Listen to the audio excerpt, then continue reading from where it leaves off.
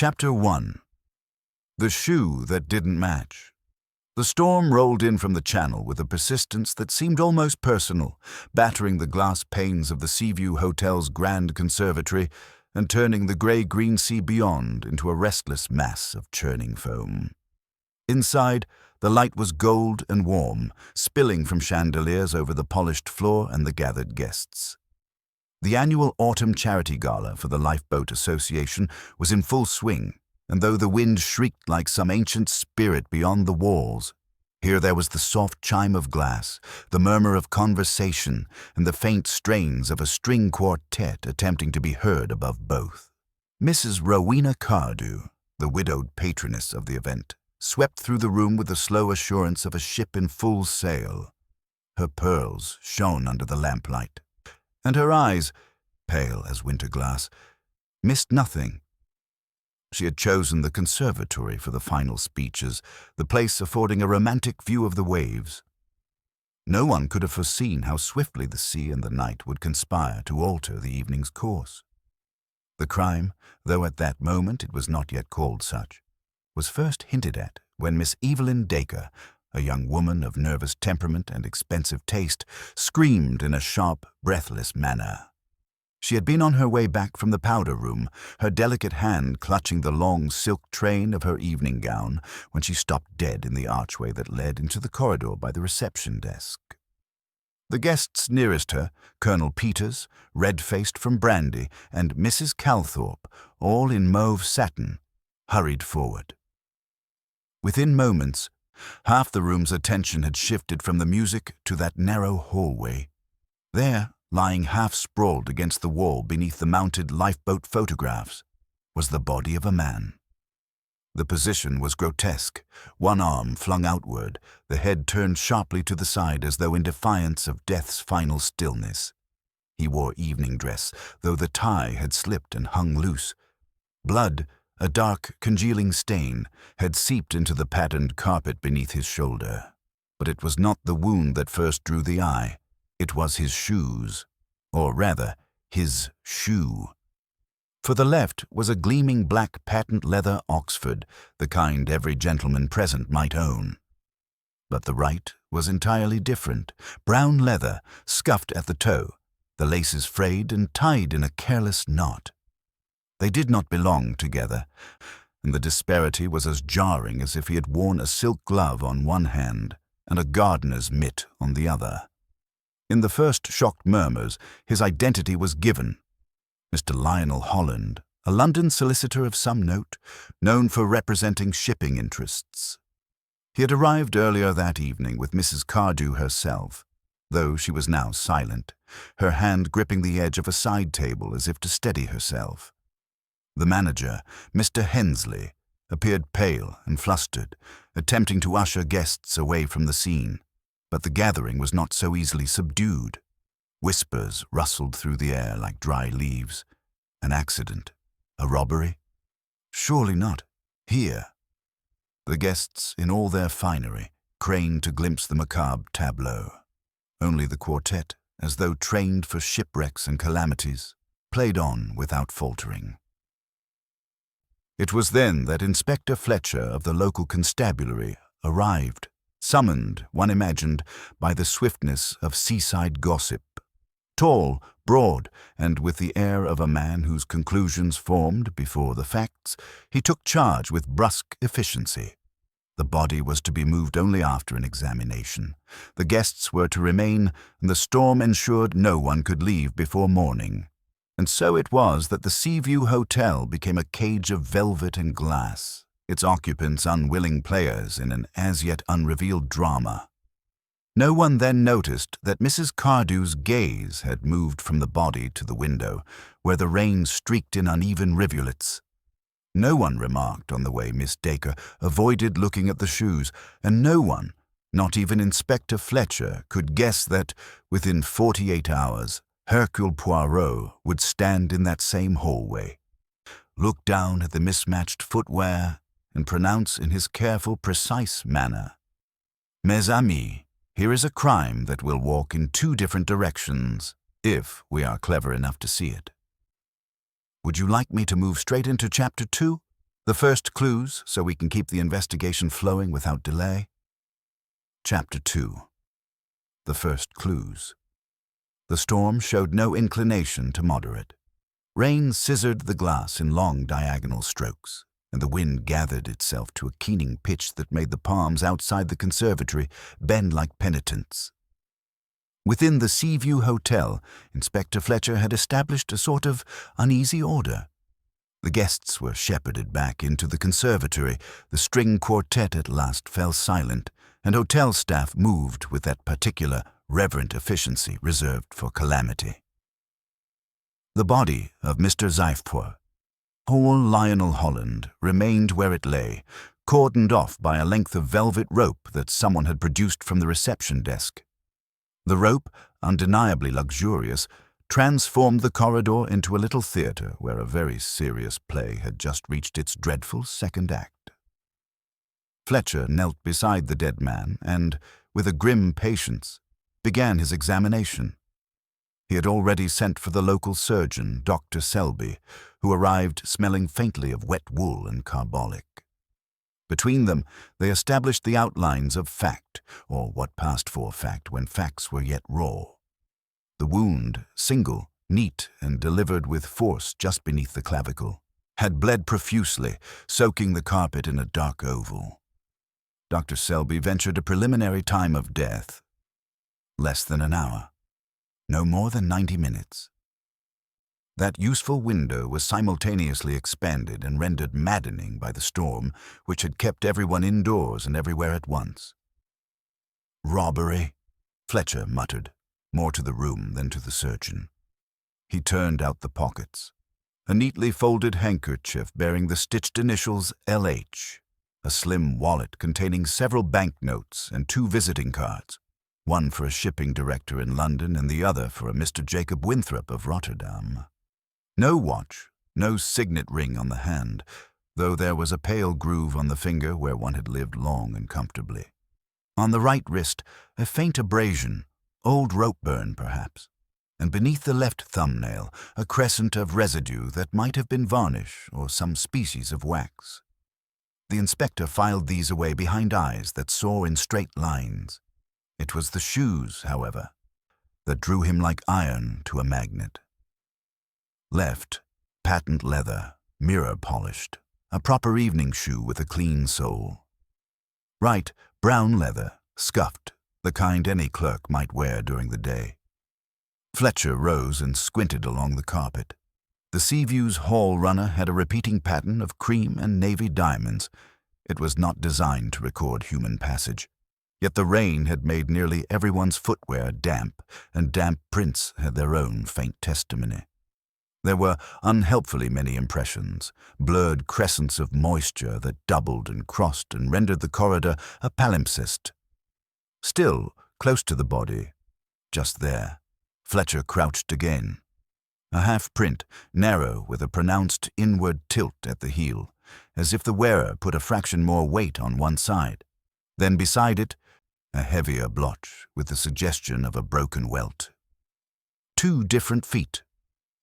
The inspector looked from the marks to the shoes and back again with a slow nod, as if a theory, serviceable if not elegant, had volunteered itself. The hotel manager, Mr. Hensley, hovered with the air of a curate at a funeral. "Inspector, if I might, there is the matter of the key," he said, glancing over his shoulder as if a key could overhear. Mr. Holland kept a private lock on his attaché case in room 204. He asked for a pass key earlier this evening, said he'd mislaid his own. I told him we have no such key for private locks, only for the room doors. He insisted the case must be opened. I refused, of course. "Of course," Fletcher said evenly. "And the case?" "In his room, sir. At least it was. I checked not 20 minutes before Miss Dacre's, before she cried out. Locked. Locked when I saw it, yes, but—" Hensley hesitated, swallowing. The housekeeping maid noticed an unfamiliar gentleman ask after room 204 shortly before dinner. She said he had a scar at the corner of his mouth. We have no guessed by that description. Fletcher's pencil moved. "Name of the maid?" "Celia Partridge, sir.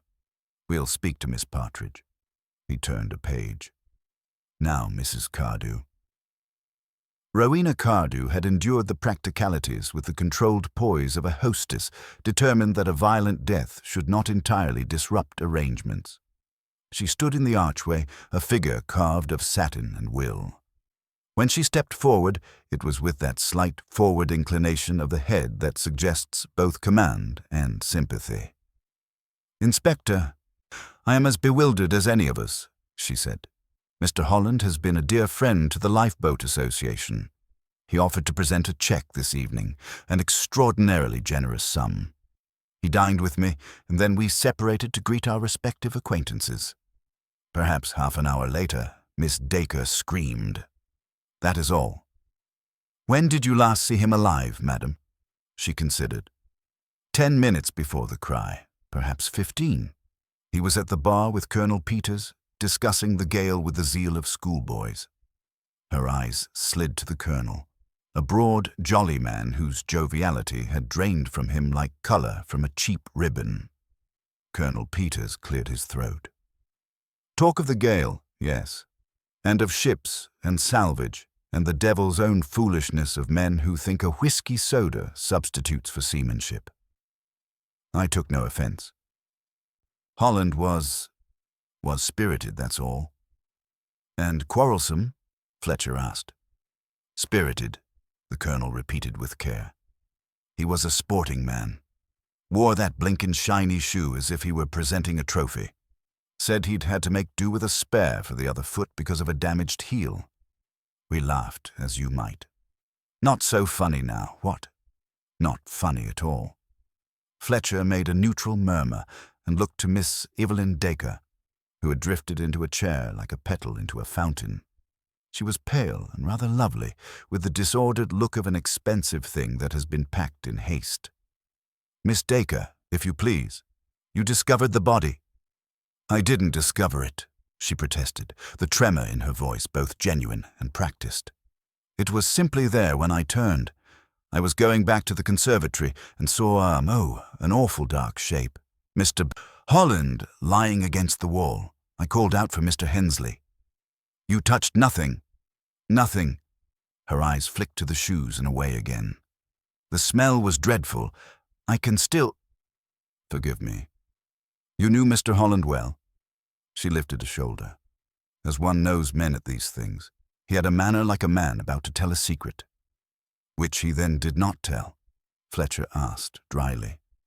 "Quite," she said with a ghost of a smile. "He complimented my gown and asked if I had any interest in maritime law. I said I had interest in maritime weather, if it would please to abate, and then we parted." Fletcher turned over this frivolity in his mind and then beckoned a boy at the hallway's far end. The lad had been lingering in that self-conscious way, unique to bellboys and altar servers. 16, perhaps, lantern-jawed, with hair that didn't obey. He approached with his cap in hand. "Name?" "Tom, sir. Tom Lyle." "Tom Lyle, did you see or hear anything near this corridor within the last hour?" Tom's eyes darted to the manager, then to the carpet. "Only the wind, sir, and someone whistling, but quiet, like the sort of whistle you make in your teeth without moving your lips.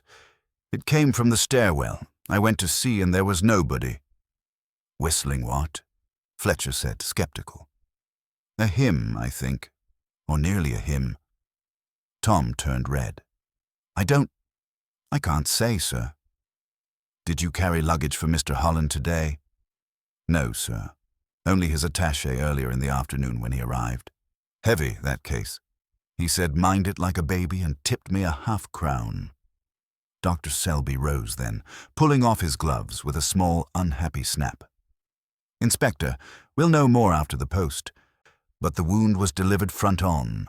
The blade was narrow, stiletto, perhaps a long, slim dagger. It went in clean and true. Whoever did it stood close." "Close," Fletcher repeated, and his eyes went to the wall opposite the body. A smudge on the skirting board. No, not a smudge.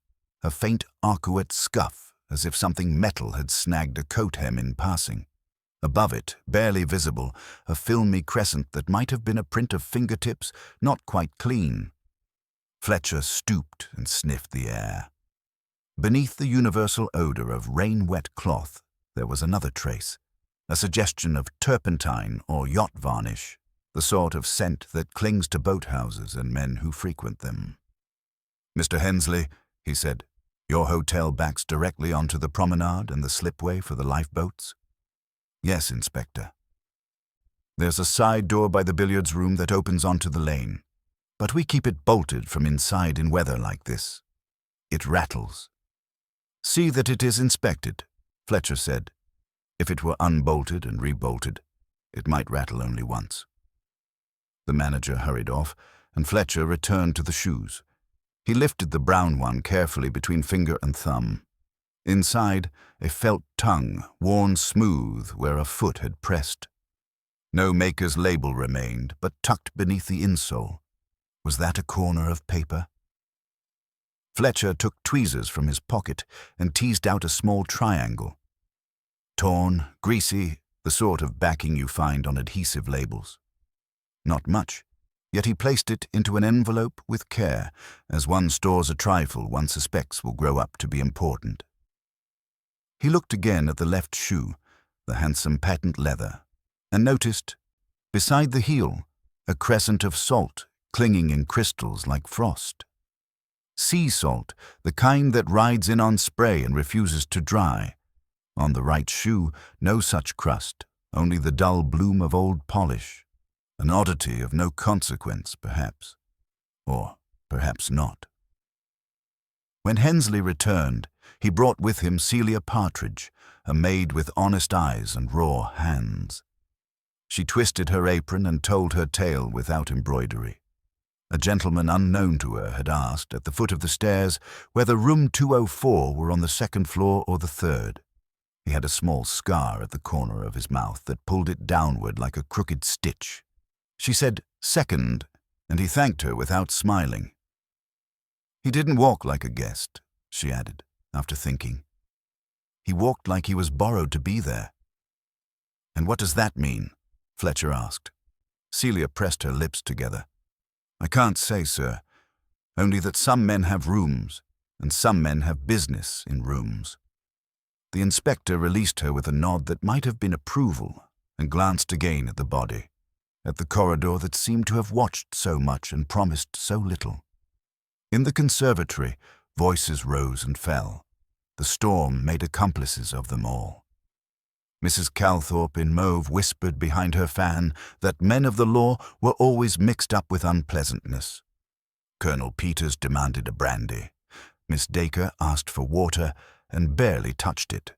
And Mrs. Cardew stood very still, like a woman composing herself for a portrait she would rather not sit for. A constable returned from checking the side door. "Bolted, sir," he said, "but the floor by it is damp, as if it was opened and closed in a hurry." Fletcher grunted. The case began to extend its edges. A dead solicitor in mismatched shoes, a vanished signet ring, a whistled, almost hymn, the ghost of varnish, a side door that rattled when it remembered.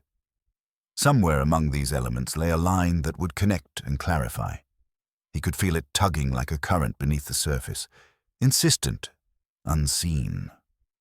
For the present, he did what method demanded.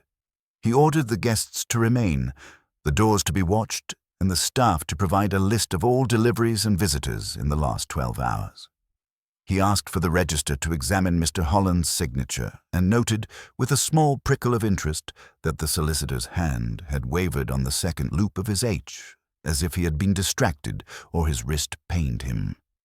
Then, satisfied he had collected all that could be collected in the moment, he closed his notebook with a click that sounded like a decision. He would later admit to himself that the shoes had troubled him more than the wound. Murder, after all, has its economy. It achieves ends with brutal effectiveness. Shoes, being both trivial and intimate, belong to the theatre of the mind. A man may die in any fashion. He does not, ordinarily, dress his feet in contradiction. And yet there the contradiction lay, mute and insolent. By morning, the gale would have blown itself hoarse, and a famous little man with an egg-shaped head and a profound respect for symmetry would step across the Seaview's threshold. For now, the first clues lay where chance and carelessness had left them, waiting to be read not as separate words, but as a sentence composed with cunning. The hotel, listening, seemed to draw a breath and hold it. Chapter 3. The Gathering of Suspects. Morning broke reluctantly over Seaview. A pale and watery light filtered through the thinning clouds, giving the coastline an exhausted, almost sickly look. The storm had abated, leaving the air sharp with the smell of brine and damp stone. The previous night's events clung to the corridors of the hotel like a stubborn fog. Everywhere Fletcher walked, conversation fell away into whispers, and eyes followed him with a mixture of curiosity and apprehension. It was clear now that the Seaview Hotel had become a locked stage for the players in a drama that none had anticipated. No one had left during the night. The inspector had seen to that. The small railway station inland had been informed of police business, and the coastal road was still blocked in parts by debris from the storm. Everyone was present and accounted for, whether they liked it or not. Fletcher had decided on a simple, if exhausting, course. All principal witnesses and anyone with even the slightest connection to Mr. Holland would be assembled in the hotel's morning lounge. There, in the sober light of day, he could observe them together, take their measure, and note what glances passed between them when they believed themselves unobserved. By 9:30, they were gathered. The lounge, with its tall windows and faded Persian carpet, had the quality of a drawing room awaiting a portrait sitting. Mrs. Cardew occupied the central armchair as if it had been made for her alone. The ivory silk of her gown had been replaced by a tailored suit in dove grey, and her hat sat at a discreet angle, a woman making a statement that she would not be undone by events. Beside her, Colonel Peters shifted his bulk uncomfortably, his moustache bristling as he muttered into his teacup. His evening attire had been replaced with a tweed jacket and a tie patterned with small anchors. He appeared every inch the retired officer at leisure, though Fletcher noted how his eyes kept drifting to the window as though calculating the quickest route to the quay. Miss Evelyn Dacre was positioned near the fire, her dark hair carefully arranged, a soft cream shawl drawn about her shoulders. She had the pale, brittle look of someone who had not slept, yet her gaze was alert, flicking over each face as though assembling her own silent theories. A small suitcase sat by her chair. When Fletcher remarked upon it, she offered a light laugh. "I prefer to be ready, Inspector, in case the trains resume." On a settee against the wall sat two figures Fletcher had not spoken to at length the night before. The first, Mr. Aldous Trent, was a tall, spare man with a scholarly stoop, spectacles perched precariously on his long nose. He was, Fletcher recalled, a marine historian invited to speak at the gala dinner. His subject, ironically enough, had been the perils of the sea. His hands rested on a stack of papers bound with twine, as if reluctant to be parted from them. Next to him, Mrs. Flora Hensley, wife of the hotel manager, sat with hands folded in her lap, her expression carefully neutral. Fletcher knew from her husband's report that she managed the day-to-day accounts for the Seaview, and that she had been responsible for the guest list. It was she, perhaps more than anyone, who could confirm exactly when Mr. Holland's visit had been arranged. Tom Lyle, the bellboy, was perched on the edge of a dining chair near the door, cap in hand. His long legs seemed ill at ease in such confinement, and he looked at Fletcher with that blend of nervousness and pride found in boys suddenly drawn into important events. Celia Partridge, the maid who had described the scarred stranger, stood discreetly by the mantel, twisting her apron as though rehearsing every detail she might be called upon to repeat. Fletcher had debated whether to include her among the assembled, but he was curious to see how the others reacted to her presence. Fletcher himself remained standing, notebook in hand, positioned where he could take in the room as a whole. He let a moment of silence stretch just long enough for the tension to become tangible. "Ladies and gentlemen," he began, "you are gathered here because each of you may hold, whether you realize it or not, some piece of the truth about the death of Mr. Lionel Holland. We are not yet in possession of that truth. Until we are, no one is to leave this hotel." The expected murmurs rippled through the room. Fletcher raised a hand. "I will speak to each of you individually in due course, but I also wish to see you together. Often a glance, a hesitation, tells more than 100 answers to a direct question." Mrs. Cardew's voice was smooth and unshaken. "Inspector, we all understand the seriousness of the matter, but I must ask, do you believe the tragedy was the result of a quarrel?" Lionel was not without spirited opinions, but he was not a man to provoke violence. Fletcher's eyes moved to Colonel Peters. "You were the last to speak to him before his death, Colonel. Did you quarrel?" The colonel flushed. "No quarrel worth the name. A lively exchange, perhaps, about seamanship and salvage law. He, Holland, said some ships were better left on the seabed. I told him there was honor in recovery. That was all." Miss Dacre's voice floated in, light but edged. "Perhaps there was something in that attaché of his that someone thought worth recovering." She crossed one leg over the other with deliberate grace. "He was very protective of it. I saw him refuse to let it out of his sight at dinner." That drew Mr. Aldous Trent's attention from his papers. "An attaché, you say? Curious. I met Mr. Holland once before in London, at a lecture on the 1907 lifeboat disaster. He struck me as the kind of man who carried his business in his head, not in a case." Mrs. Flora Hensley glanced at her husband's absent figure, then back to Fletcher. "It was booked into his room early in the day. He signed for it himself, but I can tell you this. His room was booked only a fortnight ago, and the booking was paid in full by bank transfer from a firm in London that is not his own." That earned a glance from Fletcher's notebook. "Name of the firm?" "Garrow and Blythe, shipping agents." Fletcher was about to press further when Celia Partridge spoke, her voice hesitant. "Begging your pardon, sir, but when I saw that gentleman with the scar, I think he'd been watching who came and went from Mr. Holland's room, not just asking questions, watching." Tom Lyle added quickly, "And whistling, sir. Same tune I heard later. I'm sure of it now.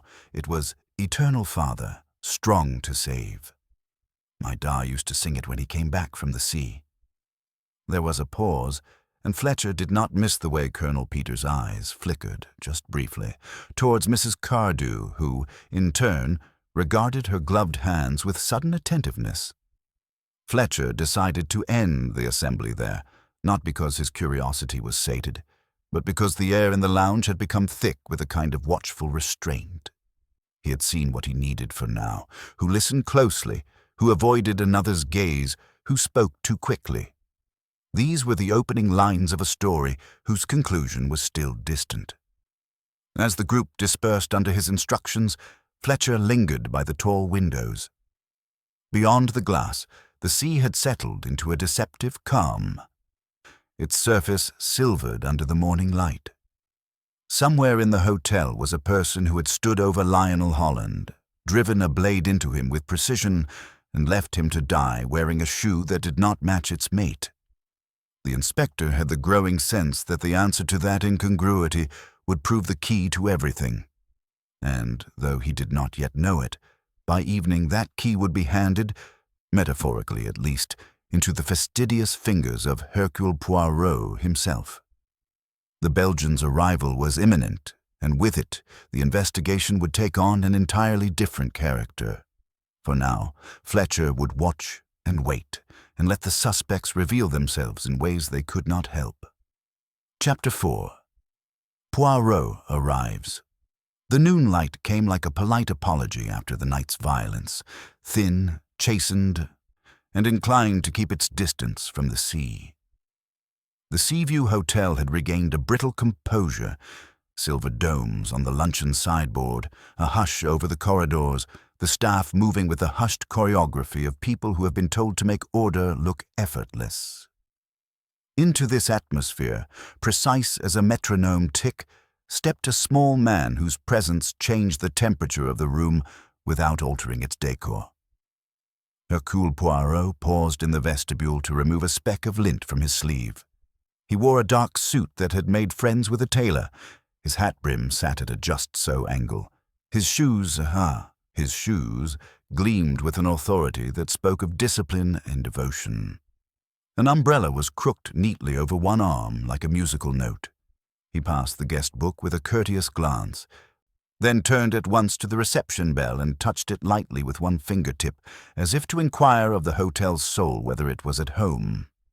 "Good day," he said to Mr. Hensley, who materialized from a side door. "I am Hercule Poirot. I believe Inspector Fletcher is expecting me." Within minutes, Poirot was ushered to the morning lounge where Fletcher, tall and contained, waited with a notebook and the slightly defensive air of a man who appreciates expertise in principle and resents it in practice. They exchanged civilities. Poirot inclined his head and took in at once the room's geometry. The chairs angled to the window as if seeking confession, the indented nap of the carpet by the door, the tiny trail of sea-wet footmarks no brush had quite erased.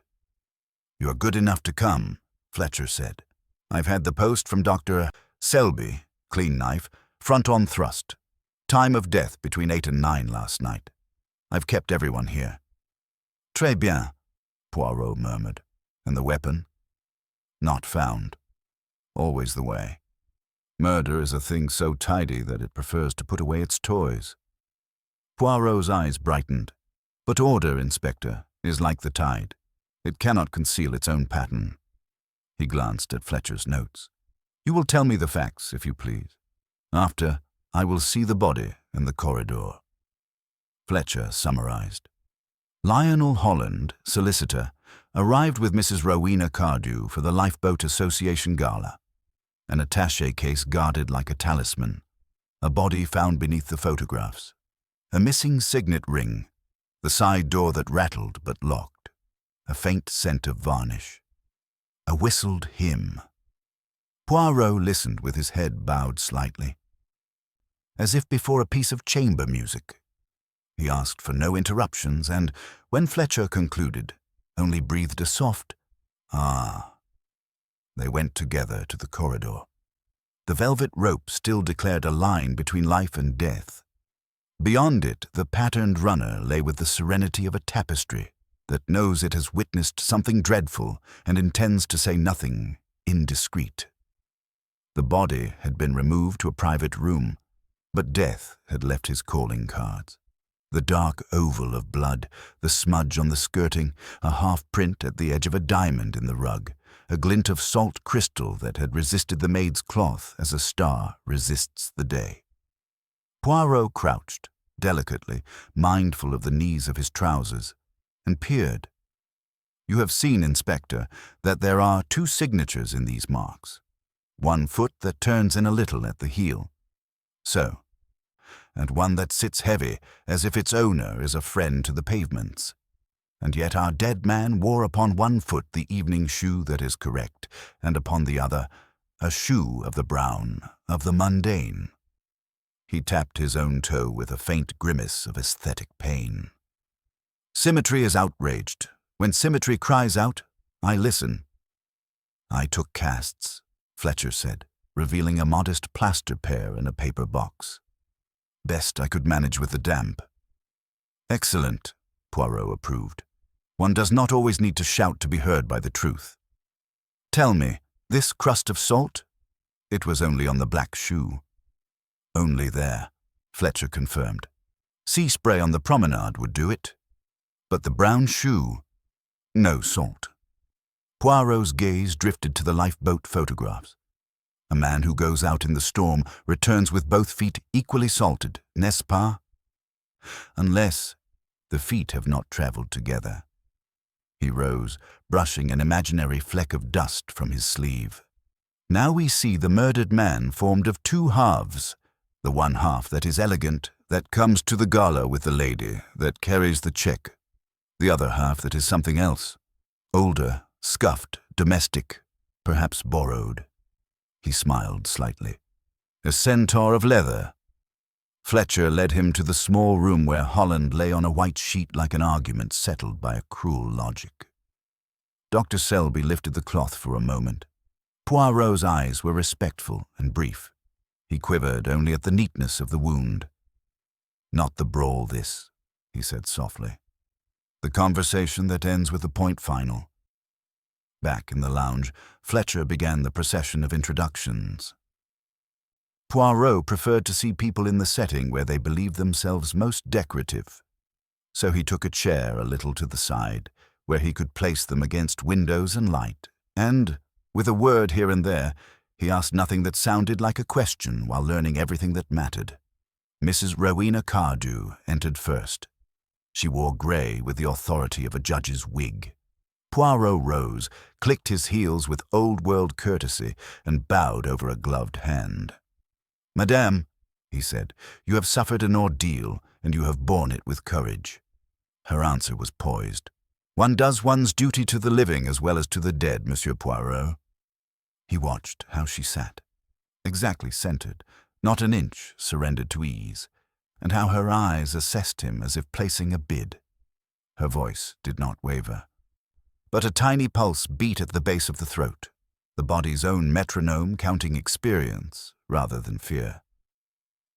"You were close with Mr. Holland?" "A friend to the association, a dinner companion." "Not close." The pause was an intelligent one, neither coy nor indignant. "And you noticed, perhaps, the eccentricity of his footwear?" Her eyes acknowledged a problem one normally would not admit to seeing. "I did. I assumed a mishap." Lionel had a sense of humor. "Humor is a luxury of the happy," Poirot murmured. "Thank you, madame." He noted overconfident poise, grief managed, an eye that avoids the shoe, not the man.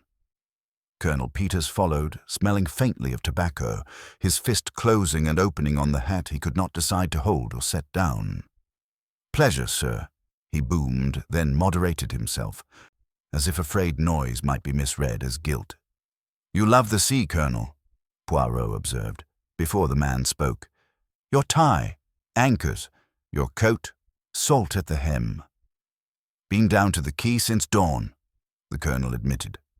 "Couldn't sit. Needed air." "You spoke with Mr. Holland last of all, perhaps?" "Lively chat." "No more." He tried to chuckle. It failed. His gaze met Poirot's and skittered away. Not fear, more the discomfort of a man unused to being seen that closely. Nervous? Yes, but not at the memory of Holland, at the memory of himself. Miss Evelyn Dacre arrived like a cinema star entering the scene that will define her. Cream shawl, fragile mouth, eyes that calculated the generosity of sympathy. Poirot stood. "Mademoiselle," he said gently, "you have been brave. You saw what no one should see." She lowered her eyes. A tear trembled. "Well trained." "It was horrid." "And yet you notice much," Poirot continued. "You notice who guards an attaché, who flirts and who pretends not to. You notice the shoes, but you do not look at them, because the mind is clever at telling itself what it will not admit." He smiled, almost apologetic. "One does not choose one's own honesty. It happens." Her chin lifted, a small show of steel. "If I remember anything useful, I shall say." "Bon," said Poirot, filing away. Nervous, yes, but also theatrical, the kind who would overplay if guilt were near. Mr. Aldous Trent, the scholar, came next. Narrow hand, dry cordiality, a gaze that warmed to any subject with footnotes. Poirot liked him at once for the honesty of his awkwardness. "You speak on shipwrecks," Poirot said. "And you meet many kinds of salvage." "Of men as much as ships," Trent replied. Mr. Holland was competent, perhaps too much so. He gave the impression of a man who could untie any knot, legal or otherwise. "And those who cannot untie the knot," Poirot said softly. "Sometimes cut it." Trent blinked, then smiled ruefully. Not nervous, not overconfident, merely preoccupied. A watcher, not a player. Mrs. Flora Hensley presented the careful calm of a woman who keeps books that balance and emotions that do not appear on any page. She answered precisely. The booking paid by Garrow and Blythe, the attaché checked in, the signature with the wavering loop. "You manage the accounts," Poirot said. "You dislike anomalies." "They are expensive," she returned, with a dry intelligence that endeared her to him. "And dangerous." Celia Partridge stood at the threshold as if unsure whether she belonged among this company. Poirot beckoned her forward with the same courtliness he had shown the patroness, which startled her into meeting his eyes. "You saw the gentleman with the scar, mademoiselle," he said. "You are observant." "I try to be tidy," she answered, flustered. "Tidiness makes you see things out of place." "Exactement." Poirot's moustaches approved. "Nervous?" "Only with importance, not with guilt. Avoids no one's gaze." Tom Lyle last, straight as a mast, the cap turning in his hands. "You heard the hymn," Poirot said, "and you were tipped well for an attaché that weighed like a baby." "Bon." Remember always what you heard, what you felt, not what you think you ought to have heard. The truth loves such simplicity. When they were alone again, Fletcher exhaled. "First impressions?" Poirot steepled his fingertips. "Madame Cardew, composed to the degree that invites admiration and questions. The Colonel, unease that belongs to conscience, perhaps, but not necessarily to murder. Mademoiselle Dacre, nervous and adept at being seen nervous. The scholar, benign.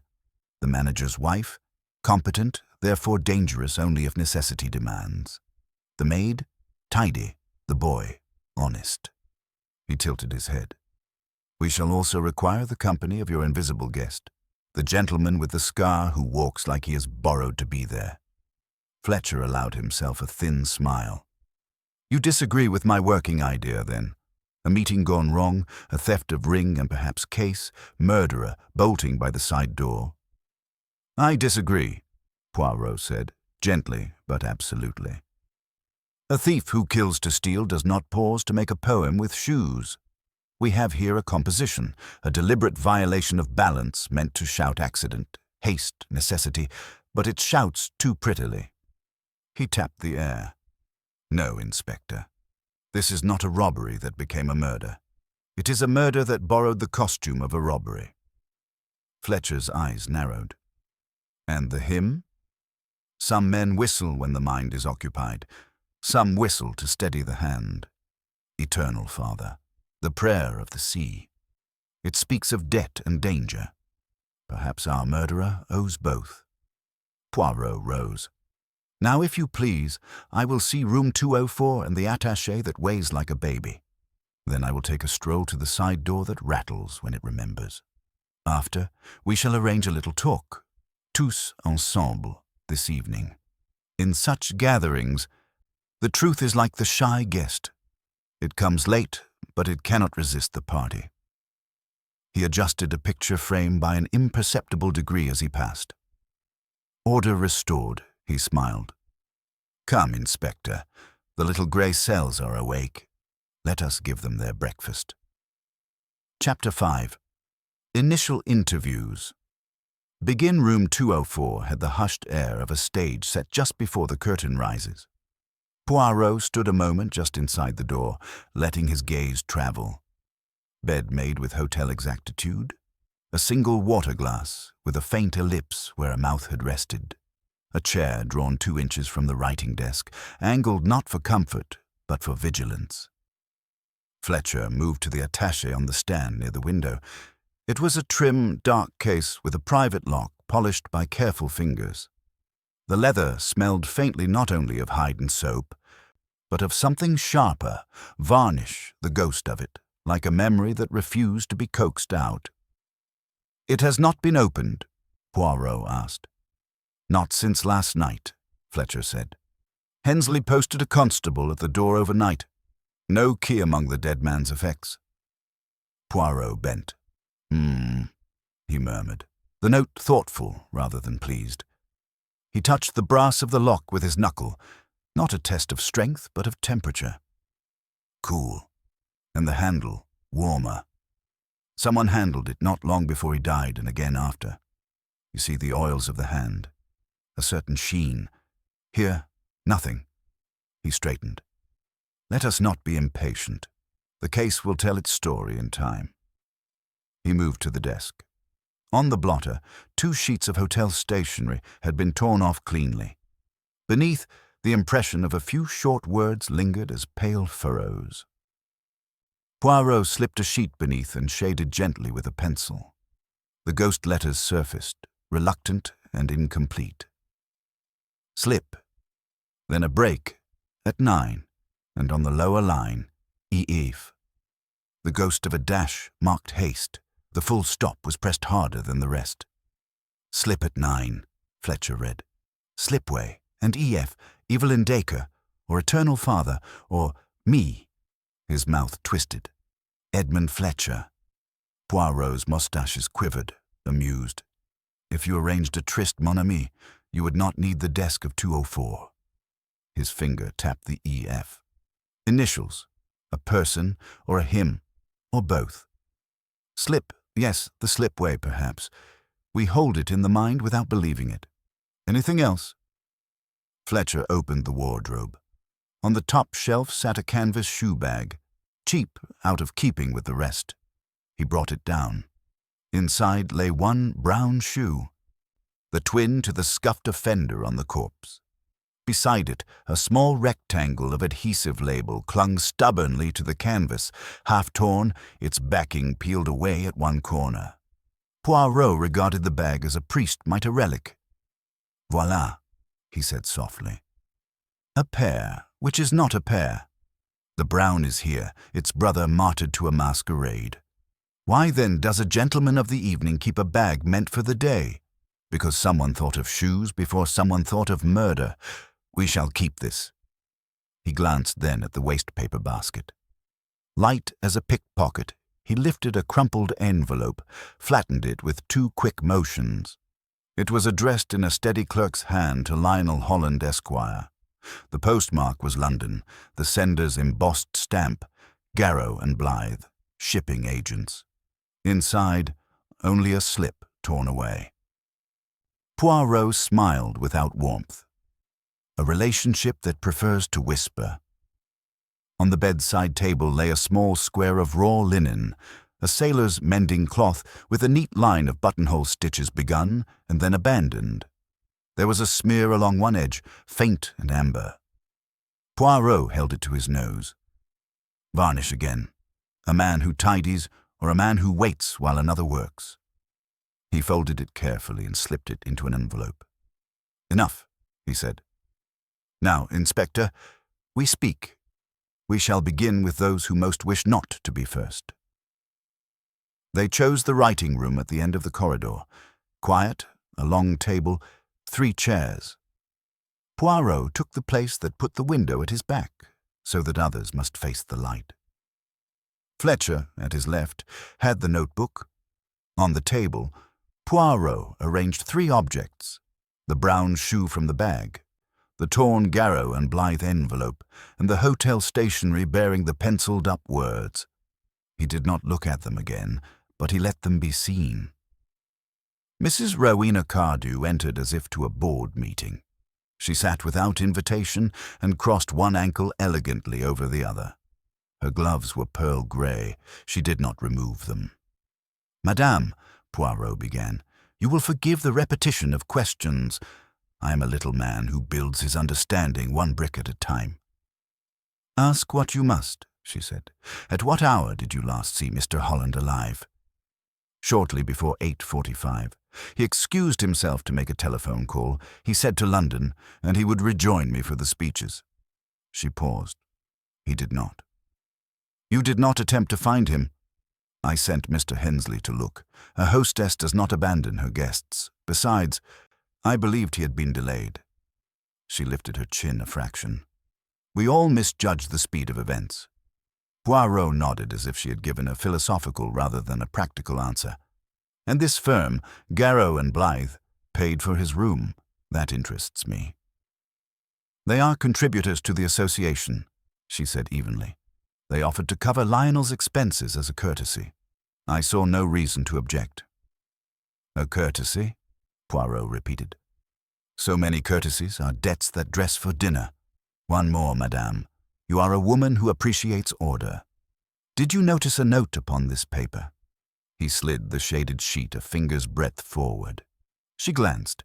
No visible start, but the smallest tightening at the mouth. No, I wrote nothing there, nor did Mr. Holland in my presence. Merci. His tone closed the subject while promising they were not finished with one another. As she rose, Poirot said idly, Tell me, does the hymn Eternal Father speak to you? To anyone connected with the sea, Monsieur Poirot, she returned, composed. It has played at more funerals than I care to count. Colonel Peters followed on her heels, smelling faintly of damp tweed and worry. He stood until told to sit, and then could not find comfort even in compliance. Colonel, Poirot said, mild as milk, you are a man who whistles when he remembers. What did you whistle last night? The colonel jolted.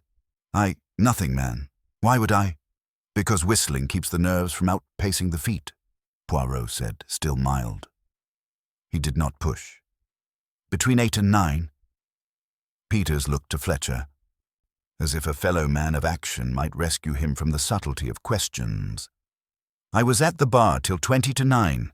Then I stepped into the corridor, needed the conveniences, and that's when I heard the commotion. Miss Dacre's cry, that's all. You saw no one in the corridor? No one. The side door?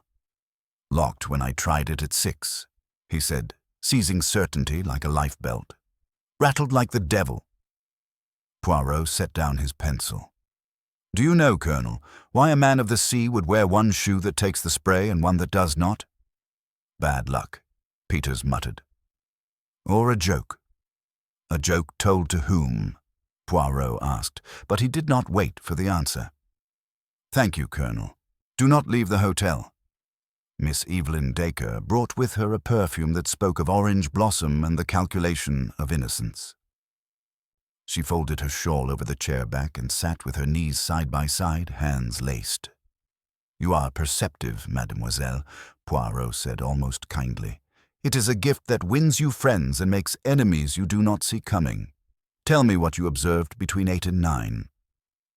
I dined until 8:45, she said promptly. Then I went to the powder room. I fixed my hair. When I came back, the corridor. The tremor returned as if on cue. I screamed. You saw no one? I saw shadows, she returned, with a flash of irritation at the imprecision of life. The storm made them. I heard, perhaps, a sound like a glass set down too hard. That is all. And in the afternoon? You spoke with Mr. Holland about maritime law? Her lashes lowered.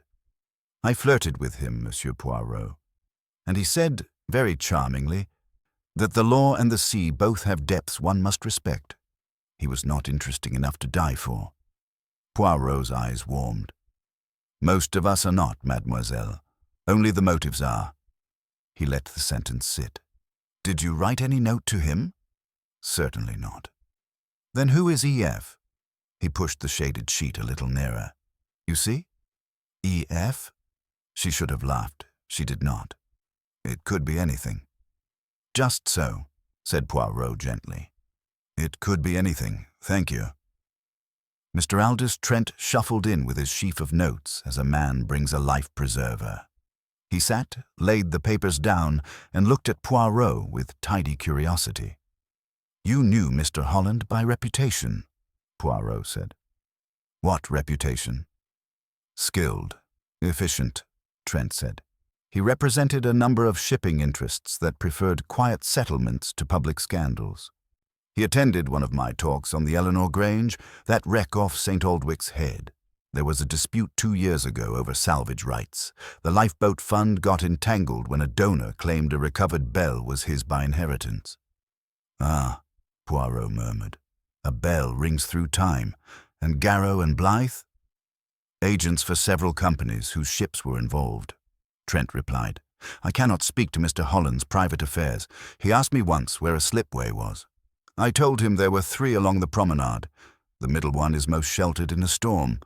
Yesterday's storm would have driven a man to that one. Poirot splayed his fingers in a little fan. You are precise. The truth admires that. Merci. Mrs. Flora Hensley came as one who knows that creation falters when the books do not balance. She sat without flurry and met Poirot's eye without challenge. Madame, he said, in your ledger, the donations pledged last night, the checks, Mr. Holland's? Due to be presented at 9, she said. He told me as much at dinner. I'd prepared a receipt. The check was not presented. She hesitated. Nor has it been found among his effects. Poirot nodded. You have a mind that keeps rooms orderly, even when rooms are people. Tell me, when you looked at the guest book yesterday, did anything make you pause? A late entry for a Mr. Jacob Winthrop, Rotterdam, who did not appear. The room is empty. The deposit was paid and not taken up. Winthrop, Poirot repeated, thinking of the visiting card in Holland's wallet. You keep a neat house, madame. Thank you. Celia Partridge and Tom Lyle he saw together. He knew when to separate and when to combine, and with these two, the duet would make a harmony. You heard the hymn, you saw the scar, he said to them both. Tell me again, exactly, without embroidery. Celia spoke first, simple and exact. At 7:40, the gentleman with the scar asked me about room 204. He watched the stairs. His collar was turned up and wet. Tom picked up the thread. At 8:50 or so, I heard the hymn. Soft, on the stairs by the side door. The note dropped once, like the way my da does when the wind catches his breath. He bit his lip, embarrassed by the intimacy of the detail. Poirot's voice softened. That is the kind of remembering that brings us home, mon petit. Keep it safe. He sent them away, with a small smile that dismissed nothing of what they had given him. When the door closed, Fletcher exhaled. You've got your parade, Monsieur Poirot. What have you heard? Poirot looked at the 3 objects on the table. The brown shoe, the Garrow and Blythe envelope, the shaded words. He arranged them so their corners nearly touched, but not quite. I have heard that we stand between 2 tides. On the one side, a legal matter, the salvage, the agents, the check that is not given. On the other, a personal matter, the appointment at the slip, the hymn, the whistler whose hand must be held steady. Somewhere between them stands a woman who refuses to remove her gloves, a colonel who does not whistle and does, a mademoiselle who observes and disdains what she has observed, and a room booked for a Mr. Winthrop who has not come, perhaps because he has come under another name. Fletcher frowned. And the shoes? The shoes, Poirot said, and his voice was suddenly very gentle. Tell me that someone wished to tell a story about haste and did not understand that true haste is untidy. Whoever dressed the dead man's feet did so with a care that belongs to those who cannot help arranging what they fear will betray them. He tapped the brown shoe. The murderer is an arranger, Inspector. Such people cannot resist arranging again. He stood. This evening we shall gather them all. But before that, I will walk to the promenade to see the middle slipway. If a rendezvous was set at 9, the sea will remember what the people forget. Come. The air will be good for the little grey cells, and for ours. Chapter 6. First false lead. The promenade lay slick and glistening under a sky the color of pewter. The tide was in retreat, leaving behind narrow pools that reflected the grey light like broken shards of glass. The air was sharp with salt and a faint metallic tang from the rusting railings. Poirot walked with his usual neat, deliberate tread, Fletcher half a pace behind, their umbrellas angled more against the sea spray than any lingering rain. The middle slipway emerged from the fog of salt air, like a tongue of stone licking out into the shingle. Its surface was worn smooth in the center, pitted and rough at the edges, the gradient shallow enough for a handcart to descend at low tide. Now, with the tide in, the water lapped high up the slope, licking at the lowest seaweed-covered stones. "Drains well," Fletcher observed. "One could walk here without leaving much trace unless the boots were wet." "Or unless one wished to leave a trace," Poirot replied, his eyes narrowing. He stooped suddenly, using the ferrule of his umbrella to prod a darkened patch on the upper stones. It yielded with a faint tackiness, tar still soft, clinging stubbornly to the metal tip. He examined it, then sniffed delicately. Fresh, not from the general life of a key. And here, he tapped another spot higher up. A thread of brown wool caught on the grain. The color of our shoe, n'est-ce pas? Fletcher frowned. Could be Holland's. Could be from any fisherman. Just so. And if it were meant to be his, then it may be here for no other reason than to be found. Poirot rose. An arranger, Inspector. Remember. As they turned to go, a figure approached along the promenade. A lean man in a seaman's cap, his oilskin patched at the elbows, a week's stubble shadowing his jaw. Fletcher stiffened, recognizing the angular set of his face. At the left corner of his mouth, a pale scar pulled the lip slightly downward. "Afternoon, gentlemen," the man said, his voice roughened by the sea. "You're the ones asking about last night?" Fletcher's hand went to his notebook. "Name?" "Call me Morris." He shrugged at the inspector's raised brow. "That's all you need. I saw your solicitor friend. 9:15, he was standing just there." He pointed to the slipway. "Like he was waiting for a boat to row in. Didn't have long to wait. Another man came from the north end of the promenade. Coat collar up. Couldn't see his face. They talked, argued maybe. Then they walked off toward the hotel. I followed far enough to see them go in by the side door." Poirot studied him. "You followed. Why?"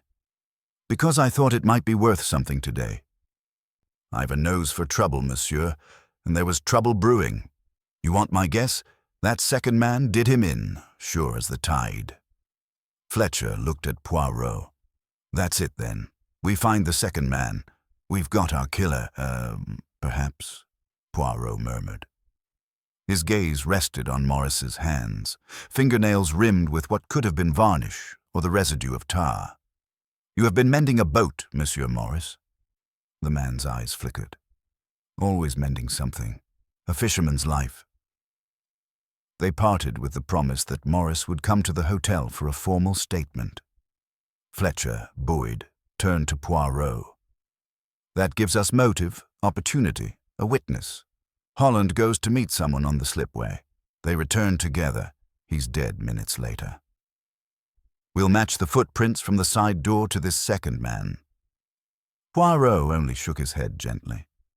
"It gives us a picture, yes. But a picture can be forged."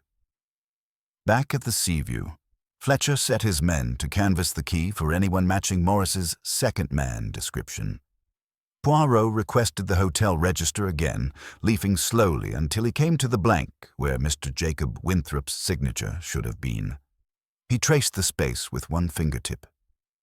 "An absence," he murmured. "Absences speak as loudly as presences, Inspector, but only if one listens." The first echo of their promenade visit came an hour later, when Constable Ridge brought in a sodden, salt-stained coat. "Found it behind the coal bunker by the billiards room, sir. Matches the witness's description. Collars still up." Fletcher went through the pockets, empty save for a length of waxed cord and a tiny chip of something pale and brittle.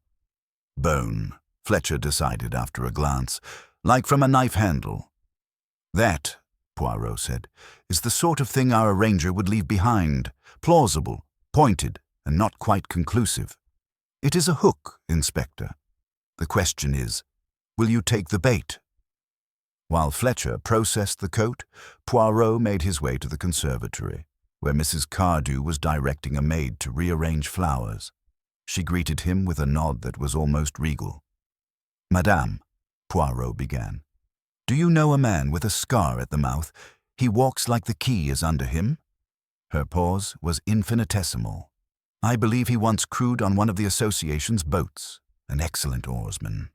I haven't seen him in years." Poirot's gaze sharpened. "And yet he is here, in Seaview, speaking of last night.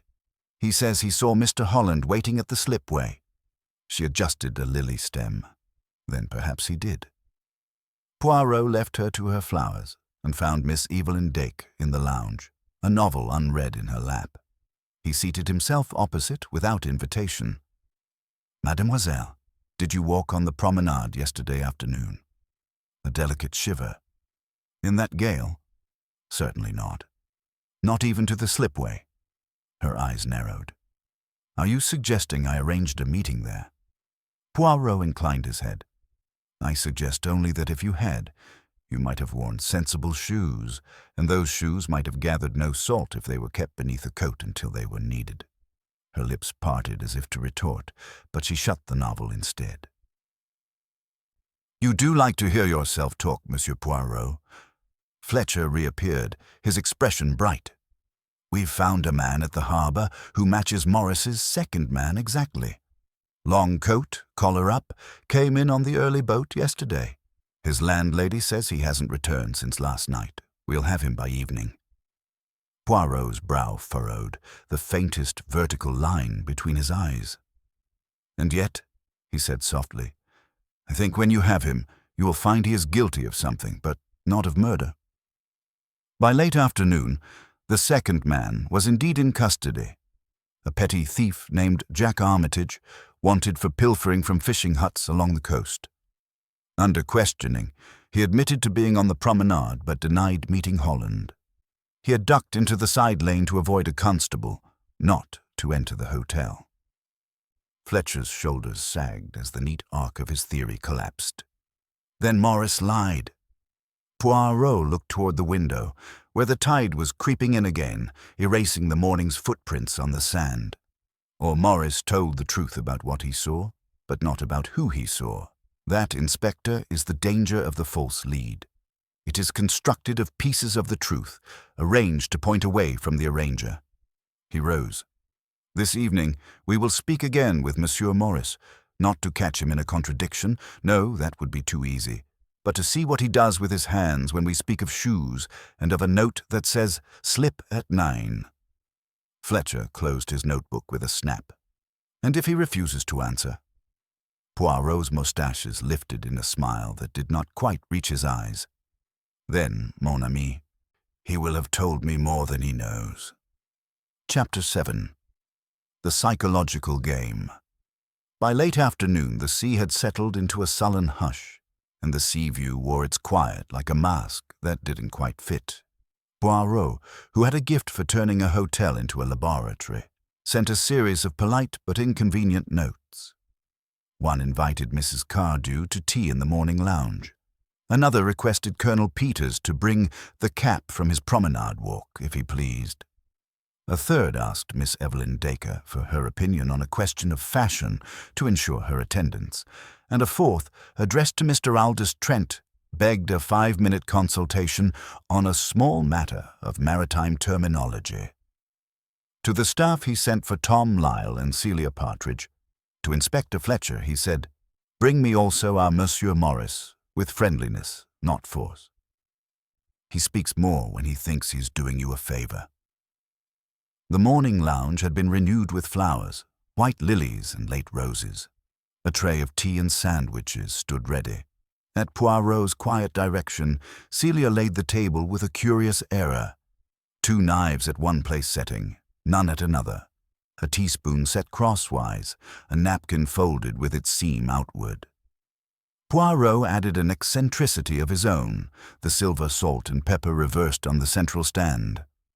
"Untidy," Fletcher murmured. "Not untidy," Poirot said. "Asymmetrical." His gaze flicked to the doorway.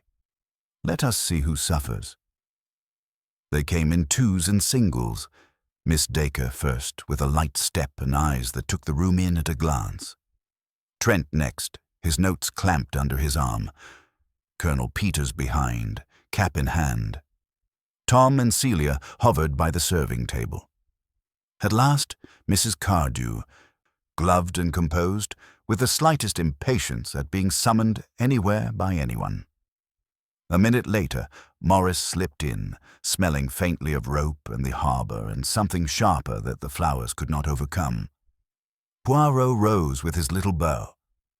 "Mes amis, you will forgive my directness. I am like the lifeboat. I launch when the tide is right. I wish to ask only the questions that one asks at tea." His smile invited and disarmed. "Mademoiselle Dac, a matter of taste. Would you, if you wore the evening shoes of patent leather, ever permit them to be paired with a shoe of the brown?" She gave the laugh he expected. "I should sooner go barefoot, Monsieur Poirot." "Just so." Poirot poured tea. "And yet someone did this to poor Mr. Holland, made him inelegant. Why?" "Because they wished us to say, 'How careless,' when in truth everything had been arranged." He turned the salt and pepper so that salt faced pepper again, then set them deliberately askew. To arrange is to confess what one cannot control. "Do you agree, madame?" Mrs. Cardew's glove paused over a spoon. Her gaze flicked, almost involuntarily, to the mismatched place settings. "I agree that order is the kindness a house pays to distress," she said, and only after the sentence was complete did her hand, with absolute unconcern, correct the wayward napkin and set the teaspoon straight. The movement was efficient, almost soothing, like a nurse tucking a sheet. A small ripple passed among the group. They could not have said why, only that the room seemed to have just exhaled. Poirot's eyes were kind. "Merci." He turned to Trent. "Monsieur, a slipway. If one wished to meet unseen at 9, would the middle slip be preferred, even in a storm?" "Yes," Trent said. "It's sheltered by the rake of the quay wall. The wind breaks there." Poirot nodded as if a theorem had been proved. "Colonel, you brought your cap." The colonel produced it with a touch of embarrassment. Poirot took it in 2 fingers and frowned at the inner band. "Tar," he said mildly, "and varnish. You were repairing at the boathouse this morning." "Lending a hand," Peters muttered. "A man must do something with himself." "And whistling Eternal Father," Poirot added, without looking up. The colonel started, then controlled it like a cavalryman bringing a horse back to the rein. "Habit," he said shortly. "Of course," Poirot said. "People whistle what steadies them." He put the cap down, and in the same movement set the salt and pepper right. Then he left them a degree off again, an irritant in the eye of anyone who loved symmetry. Celia came to pour. Mrs. Cardew, the nearest to the tray, shifted a plate to make room, and then paused because the plate did not quite align. She corrected it before she knew she had moved. Poirot's lashes flickered. He said nothing. "Now," he continued pleasantly, "Monsieur Morris, you saw Mr. Holland at the slipway. You followed him to the side door. You're kind enough to help the police. You will indulge me in a little demonstration." From his pocket, he produced the length of waxed cord found in the coat behind the coal bunker and set it on the table. "Tie, if you please, the knot you would use to make fast a painter to a ring-bolt in a hurry." Morris's eyes narrowed. "A bowline, if there's time. A clove hitch, if there's not." "Show me." All eyes fell to the man's hands. He took the cord, wrapped and turned with an awkward decisiveness, and produced a clove hitch of the kind a boy might learn from a book. Correct in form, wrong in economy, the working end too long by half, the lay of the cord slightly crossed. Trent, who had lectured on lifeboat practice, tilted his head. "Serviceable," he said gently. "Not a craftsman's knot." Morris's mouth hardened. "Wind and nights do for the fancy work." Poirot's tone remained velvet. And yet your fingernails keep their little souvenir of varnish not only at the bed but at the edge, where a man uses his nails to pick dried drips from a tin. It is a detail that speaks. Tell me, Monsieur Morris, who paid you to bring us Jack Armitage with his collar up and his crimes in his pockets? That's a damned slander, Morris snapped too quickly. Color rose under the stubble. His tongue found the scar at the lip and worried it. I saw what I saw. You saw enough to be useful, Poirot said, with a bow that felt like courtesy and was not. And you whistled not to steady your hand, but because someone had put the hymn in your head. Whistling is like yawning. It travels between people. He turned to Tom. Mon petit, how was the tune not quite right? Tom, abashed but earnest, said, he dropped the note on the third line, like Da does when he's out of breath. Merci. Poirot's gaze returned to Morris and rested, patient, implacable. The man's shoulders stiffened as if against a cold. Enough theatre, Fletcher said, blunt and weary. Morris, if you were paid, tell us by whom. Morris hunched. No one paid me, he grated. But a man at the quay said, if I had anything to tell it quick. He said he'd see me write with a couple of sovereigns if it helped clear the association's name. He swallowed. Said there was too much whispering already. Which man? Fletcher pressed. Morris's eyes slid, not to Mrs. Cardew, as the room expected, but to Colonel Peters, who stared back, startled, then flushed a painful red. I told him no names, Morris growled. I'm only saying what was said. Peters surged to his feet. I would never... Good God, man. Think what you're implying. Poirot lifted a hand. Colonel, the dignity, if you please. Monsieur Morris implies only that one whose heart is loyal to the lifeboats wished the gossip to be fast and simple. It is a natural impulse, and dangerous when coupled with money. He turned lightly now to Miss Dacre. Mademoiselle, tell me, does the note slip at 9 suggest romance to you or business? Her eyes met his. The coquetry was gone. In its place, a crisp honesty that could easily become hard if pressed. Business, she said. Men write romance on scented paper. They write business on hotel stationery. Poirot's smile warmed. Just so. He slid the shaded sheet an inch, then covered it again with his palm. And the initials E. F. What woman thinks first of a hymn? A woman who stands at funerals, Miss Dacre said without looking toward Mrs. Cardew. Or a man who lives at sea. Or a mind that wishes to be thought of as the sea, Poirot murmured. He reached, as if absently, and tilted the salt and pepper finally to their correct alignment. It was a small, satisfying click against the silver stand. Mrs. Cardew's shoulders seemed to uncoil as if some invisible strain had been removed. It was so slight and easing that only Poirot and Celia saw it. Celia, who loved tidy rooms, felt it like the release of a breath she had not realized she held. Poirot, who watched human symmetry the way astronomers watch stars, felt something more. A confession not of guilt, but of compulsion. The arranger suffered when the world refused to arrange. He changed the subject briskly. Monsieur Trent, the Eleanor Grange, do you recall the bell that caused a quarrel? Was there not also some dispute over a signet ring recovered with a locker, an heirloom alleged, a nonsense likely? Trent blinked, surprised. Yes, the ring was never produced in court. Rumor said it had been pocketed by a volunteer and returned quietly to avoid scandal. Poirot stirred his tea as if considering the sugar rather than the implications. And Garrow and Blythe acted as agents for the company that wished the quarrel to disappear. Precisely. Voila. A small world. The kind where debts cross paths like fishing lines. He set down the spoon, aligned exactly with the saucer's rim. Fletcher, who had been watching faces instead of following references, closed his notebook with restraint. And what do your little grey cells prefer from all this tea, Monsieur Poirot? "That we are being hurried," Poirot said gently.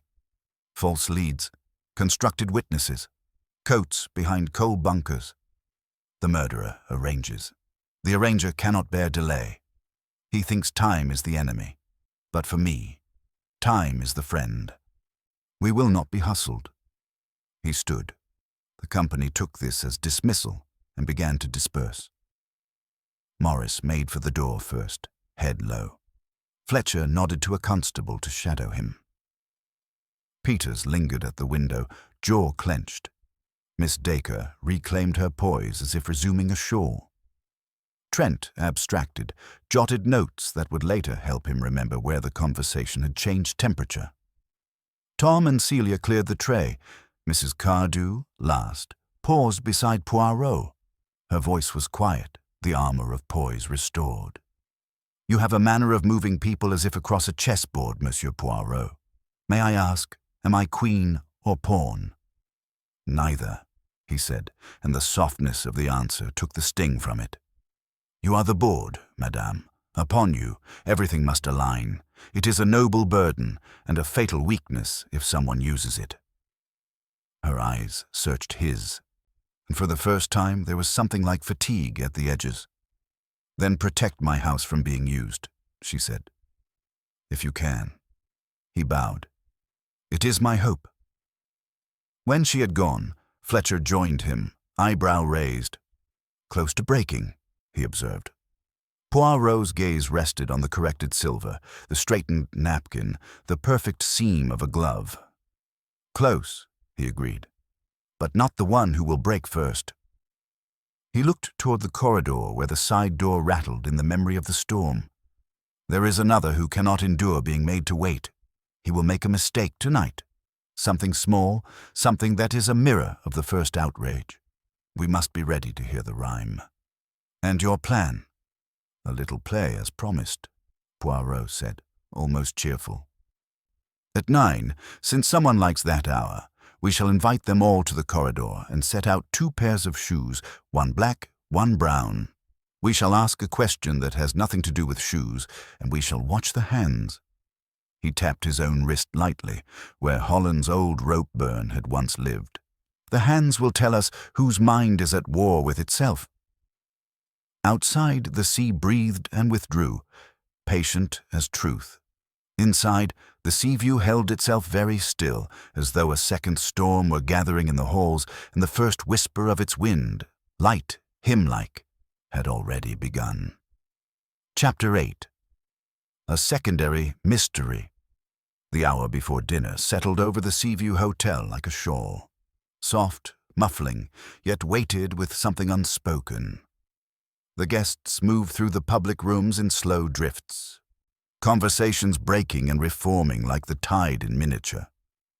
Lamps had been lit, their warm pools of light drawing out the rich colors of the carpet, but the corners of the rooms remained shadowed.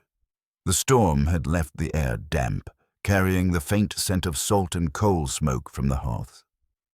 Poirot had retreated to the writing room, ostensibly to review his notes, but his gaze was rarely on the page. He sat in a high-backed chair near the door, able to see the comings and goings without appearing to watch. Fletcher, leaning against the mantel, kept his tone casual, though the set of his jaw betrayed anticipation. "Tonight at 9, Fletcher said quietly. "You'll have your little performance. You're certain it will draw the right fish to the hook?"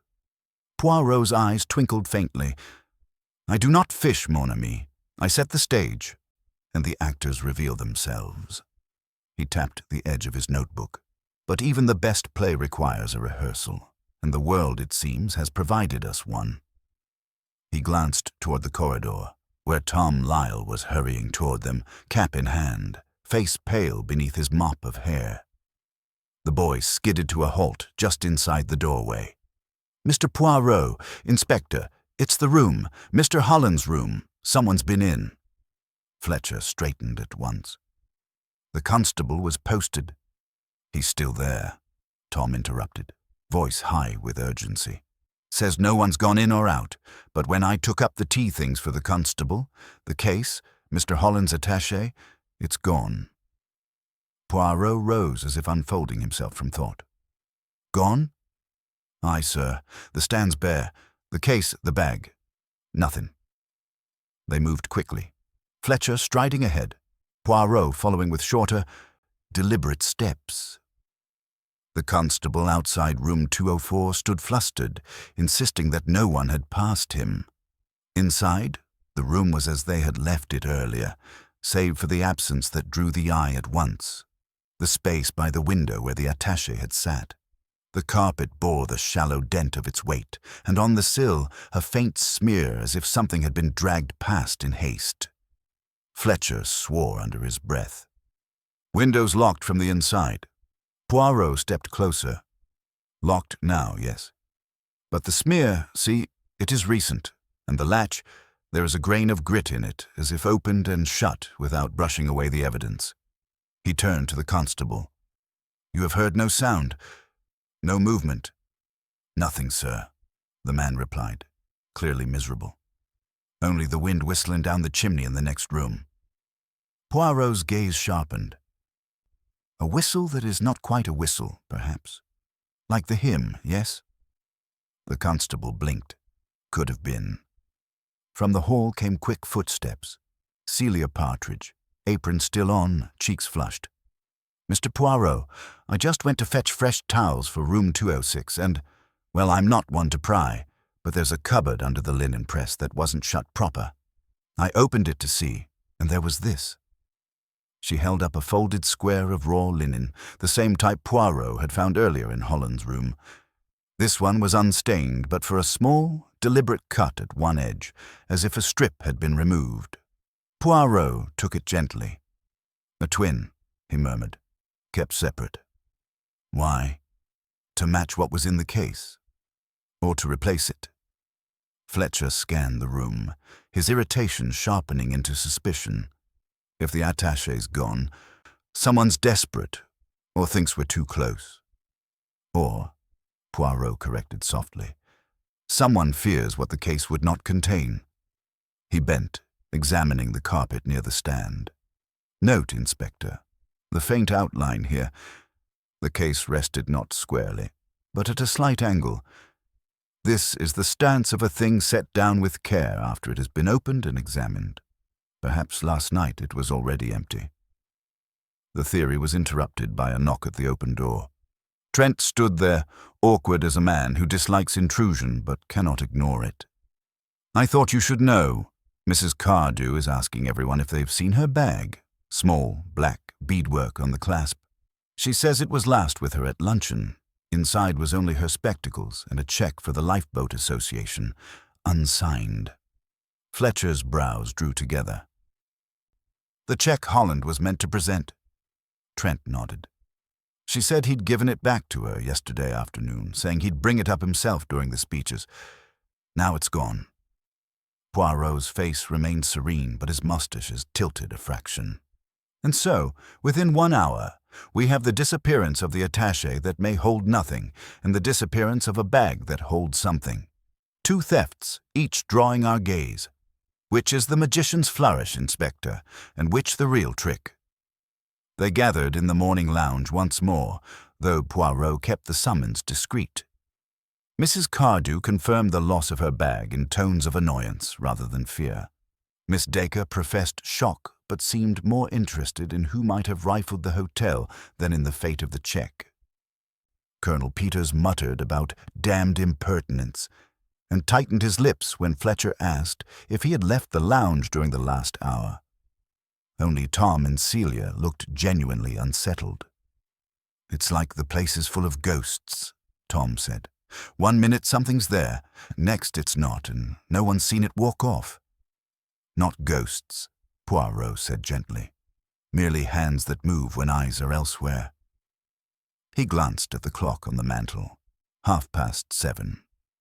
In 90 minutes, mes amis, we shall gather for our little experiment. Until then, I suggest no one wander far. Fletcher leaned toward him as the group dispersed. You think this is our man covering his tracks? I think, Poirot replied, it is the arranger, impatient again. The thefts are too close together, too visible. They tell me that the hand which placed the wrong shoe on the corpse cannot resist placing another object just so, to mislead or to delay. But each touch, mon ami, leaves the pattern of the mind behind it. They left the room, Fletcher to order an immediate search of the hotel, Poirot to walk the corridor once more. The rain had returned, light but persistent, making the glass panes murmur. At the far end, by the side door that rattled in memory of the gale, Poirot paused. The bolt was drawn, but on the inside of the jamb, high up where the eye rarely travels, a faint thread of brown wool clung. He plucked it, turned it in his fingers, and smiled, not with triumph, but with the quiet satisfaction of a piece fitting into place. When he returned to the writing room, he slipped the wool into an envelope alongside the first. 2 threads, he murmured. From the same cloth? We shall see. The hotel clock ticked toward 8, the sound precise and steady. Poirot settled himself to wait, knowing the next hour would tighten the noose, not around the guilty in a sudden public arrest, but around their mind, which would feel the walls closing long before any hand touched a shoulder. Outside, the sea stirred restlessly against the slipway, as if it too anticipated what 9 o'clock would bring. Chapter 9. Hidden Connections. At 3 minutes to 9, the corridor outside the conservatory had the careful emptiness of a stage before the curtain. Lamps burned low. The velvet rope remained coiled to one side like a serpent dozing. At Poirot's request, Tom had polished a small patch of the runner until the pattern shone. Opposite it, on a gilt-legged table, 2 pairs of shoes waited, 1 black patent pair gleaming like beetlebacks, 1 brown pair scuffed and honest. They were not Holland's. Poirot had borrowed from the hotel's forgotten luggage cupboard and from a porter of approximately the same size. But they were close enough to prick a memory. Place them so, Poirot had said to Tom, not side by side, but as if a man had stepped out of them in a hurry, 1 black with 1 brown. Yes, a little careless, but not too much. Now the company arrived in 2s and hesitant singles, each pausing when they saw the small tableau. Mrs. Cardew first, self-contained as ever. Colonel Peters with his jaw set and his cap tucked under one arm. Miss Evelyn Dacre, a cream scarf drawn close. Eldest Trent with his notes, always the notes, though he tucked them away as if suddenly ashamed of scholarship in the presence of ritual. Celia Partridge drifted near the paneling, unwilling to be in the way. Tom Lyle hung back by the stairhead, eyes bright. Inspector Fletcher stood with folded arms, the occupant of a place rather than an audience seat. Morris, fetched by a constable, arrived last, smelling of the key and stubbornness. He took in the shoes and looked quickly away, as a man does who suspects a trap but cannot see the spring. Poirot lifted one hand. Merci. We shall be brief. You are kind to indulge me. I have an idea that the truth here, he tapped his temple, is shy like the fish. If we splash, it hides. If we stand very still, it comes to look. He pointed delicately, not to the shoes, but to the gilt table itself. A small matter of the hotel's furniture, this table, note the way it lists by half a degree. It is the leg, ah mon Dieu, this British habit of felt pads. Someone has inserted a card to make it steady. They all looked. It was human to look when told not to think of shoes. A sliver of stiff paper had indeed been wedged under the shortest leg. Poirot bent as if to pluck it free and then did not. He merely brushed it into better alignment, like a watchmaker trifling with a screw. While their gazes were away from the obvious, he asked a question of no consequence. Colonel, when the lifeboat launches in a storm, who gives the word? The coxswain, Peters said, and the answer came so promptly that it must have been kept in the front pocket of his mind.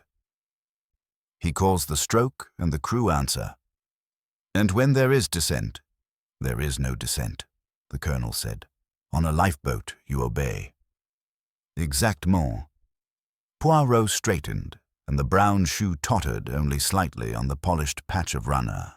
An instinct of tidiness, of irritation, of compulsion, moved through the group like the twitch of a flock when a hawk passes. Two people reacted. Mrs. Cardew's gloved hand rose and halted, poise checked by pride. Another hand, bare and large-knuckled, reached without thinking and set the shoes square. The movement was efficient, the pressure at the heel firm, the alignment exact. Colonel Peters looked down at what his fingers had done, color rising in his face. Then, as if angry with himself for having touched anything in this house that was not his, he stepped back. Merci, Colonel. Poirot said mildly, there is nothing so admirable as a man who cannot abide disorder. Peter's mouth compressed. If you've brought us here to play with footwear. Non, non. Poirot's smile took the sting from the interruption. To feel the wind only. It tells us which way the smoke will blow when the fire is lit. He clapped his hands softly, as if concluding a children's game. Now, another small exercise. We will speak of things that appear to be separate and see what line connects them. He lifted one finger for each word.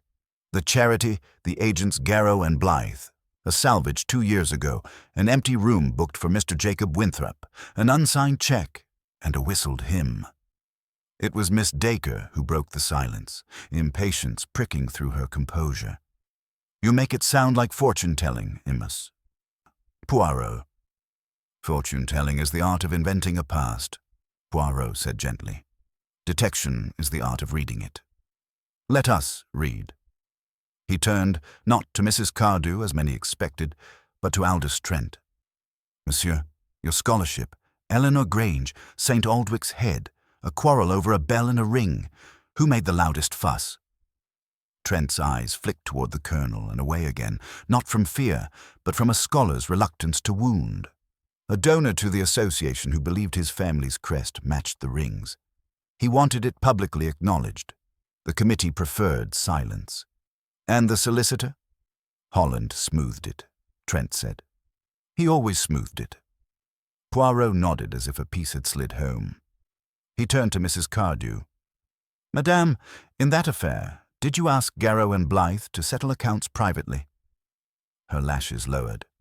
Shield, helm, shutter. The association does not discuss its donors. Just so. And Mr. Jacob Winthrop of Rotterdam, why was he booked and never arrived? Because he arrived under his other name, or because he never intended to sleep in the bed he paid for? Merely to launder his presence through a ledger. Fletcher shifted.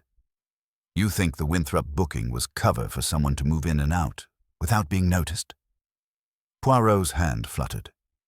Perhaps merely a kindness to a friend who wishes to be seen, not to be here. Kindnesses leave their own trails. He faced Miss Dacre. Mademoiselle, you know London, you know offices. Before you became what you are, did you not work for a firm that handled shipping correspondence? She met the thrust with admirable coolness. For 6 months, when I was 19, I typed letters for a firm in Leadenhall Street. If you imagine that makes me privy to conspiracies. Not conspiracies, habits. Poirot's tone softened. You file quickly. You make carbon copies. You despise an unsigned check because it wastes steps. You found Mrs. Cardew's beadwork bag a nuisance because it was a filing cabinet without an index. Voila. He tilted his head. You asked Holland at dinner about maritime law, because the phrase will always be a bell to you, even when you're bored by bells. Color touched her cheek. Annoyance followed, sharper than embarrassment. You make quite a romance out of my short career, Monsieur Poirot. On the contrary, I make a routine. We are all prisoners of ours. He faced the corridor. The sea's hush made a low breath behind the windows. Monsieur Morris, your routine is to take a debt when it is offered and to deny it when it is called in. You spoke to the colonel at the quay yesterday morning. We must keep the gossip simple, he said. He pressed 2 sovereigns in your palm. He is a man of the boat. He believes in the word given and returned. You believed in the coins." "Lies," Morris muttered. Yet his eyes went to Peter's, not defiant, hopeful as a dog glances at a master whose temper might waver. Peters swore softly. "I told you to stay clear of the hotel, man. I said no names. By God, if my thought to protect the association is to be twisted—" Poirot's palm soothed the air. "No twisting, only straightening, as you did just now with the shoes." A small movement at the edge of the group caught Poirot's attention. Celia Partridge's hand, half lifted, then pulled back, as if uncertain whether servants ought to have knowledge. Poirot beckoned her with the same courtesy he used for patrons. "Mademoiselle," she flushed, "only that Mr. Hensley, sir, the manager, when he adds up the donations, he always puts the check numbers in the margin. Mrs. Cardew's—" There was a blank. He dislikes blanks. He said a blank is a hole a thief walks through. Mrs. Cardew's head turned, slow and regal. "Celia, your loyalty is to the house, not to your interpretations of bookkeeping." "Yes, madam," Celia murmured, her eyes down. But the words, once in the air, belonged to everyone. Poirot inclined his head. "We have now the outline, a charity that fears scandal, a solicitor who smooths, agents who absorb turbulence, a colonel who buys silence because obedience is his creed. A young lady whose previous desk taught her to see paper as a map of intent. A maid who practices tidiness until she sees the places that snag." "And Holland?" Fletcher asked. "Where does he sit in this neat web?" "In the center," Poirot said. "Where else? He is the man to whom debts are confessed and paid or renegotiated. And he has, on his right hand, the polish of the evening, on his left, the scuff of the day. 2 lives, 2 shoes." He paused. His eyes had gone to the skirting board near the place where Holland had fallen. He had seen it before, the faint crescent mark, the ghost of a smear. Now, as if something in the arrangement of bodies and voices had adjusted the focus, it spoke a fraction louder. He stooped and, with a folded handkerchief, pressed lightly at the paint. When he raised the cloth, there was the palest suggestion of amber, varnish again, and, finer still, a dusting that might have been salt but glittered too evenly in the lamplight. "Silica," Trent said behind him, surprised by his own certainty. From a new polish, boat builders use a fine grit to take the tackiness down. "Merci, Monsieur Trent." Poirot tucked the cloth away. The corridor keeps the confidences of those who came from the slipway wet and those who came from a shed dry. It tells us that someone handled a tin and could not rid his hands of all of it. He turned as if to dismiss them, then held them one instant longer. One more thread. Mr. Jacob Winthrop. His gaze touched each face and rested nowhere. A name in a ledger, a visiting card in a dead man's wallet. Rotterdam is a useful city to be from when one wishes to appear international and unavailable. I think Mr. Winthrop is not so much a person as a permission, for a parcel to be couriered without a sender, for a room to be booked without a guest, for a meeting at a slip to have a second party who cannot be listed. Fletcher's pencil paused. "You mean Holland was both man and messenger?" "Perhaps." Poirot's voice was very calm. "Or else someone wished it to look so, because stories about messengers are always convenient when the letter is lost." He lifted his hands, released them, and the scene uncoiled. Conversation broke. People exhaled. Morris muttered and went with the constable. Peters strode away as if a drill had been called at the key. Miss Dacre lingered long enough to say to Poirot under her breath, "If you think me a filing cabinet, at least credit that I prefer order to lies." She was gone before he could bow. Mrs. Cardew stood a moment longer. "You have gathered their threads," she said.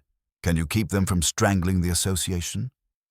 "I can keep them from strangling the truth," Poirot said, and for once there was no courtesy in the answer, only promise. When at last the corridor had emptied, Fletcher released a long breath. "You spotted something," he said. "Not just the silica. Something else." Poirot's eyes went to the borrowed shoes, now aligned. He reached out and, with 2 fingers, turned one black toe a fraction inward, the way the half-print near the diamond in the rug had turned. "Only that we are now close enough that the arranger has begun to arrange people, not objects." He placed Morris. He tried to place Armitage. He could not resist setting a small rehearsal in this corridor, and Poirot's glance went to the gilt table. He believes, like all such minds, that a wedge under a crooked leg makes the world stable, but wedges show. "Do you know who?" Fletcher asked quietly. Poirot's smile was very slight. "I know who cannot endure waiting. I know who corrects what is awry, even when it would be wiser to let it stand. I know whose hands tell a different story from the mouth." He tapped his breast pocket where the faint amber handkerchief rested. "And I have 1 crumb more than I had this morning." He turned toward the conservatory. "Now, my friend, we let the tide do its work. It draws back. It reveals what was dropped in haste. Tomorrow, before breakfast, I will ask for a boatman and for permission to look under the middle slip, where the water leaves a stripe of weed like a moustache. There, I think, we will find not a weapon. That would be too useful, but a piece of someone's patience. And if we do not find it, I will pretend we have, and the right person will behave as if I hold it. That, too, is a way to read." The hotel seemed to listen as they walked away. The shoes, quiet now, held their small, insolent disagreement. Somewhere along the corridor, a floorboard creaked. No footstep, only the building settling, as if the house itself were adjusting to a new balance.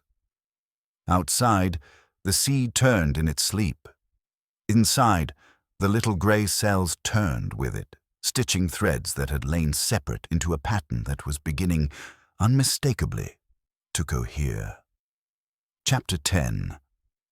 Poirot's secret clue. The next morning, the air had the faint, metallic chill of a day after storms, as if the weather itself were catching its breath.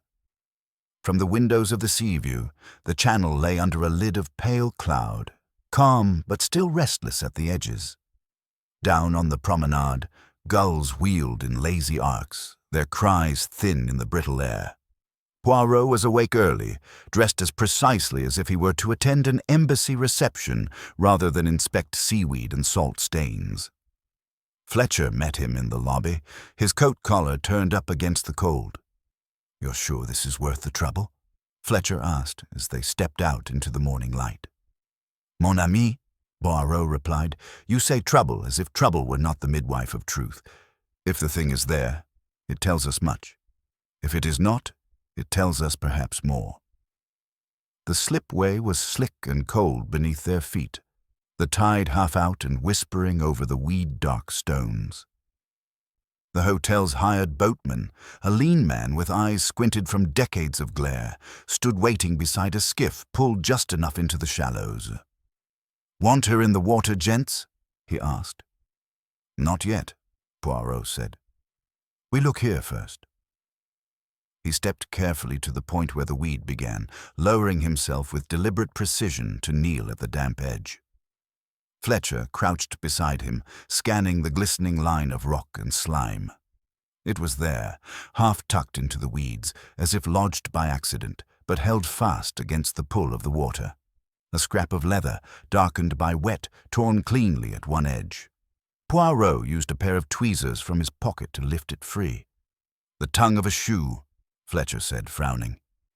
"Exactement," Poirot replied softly.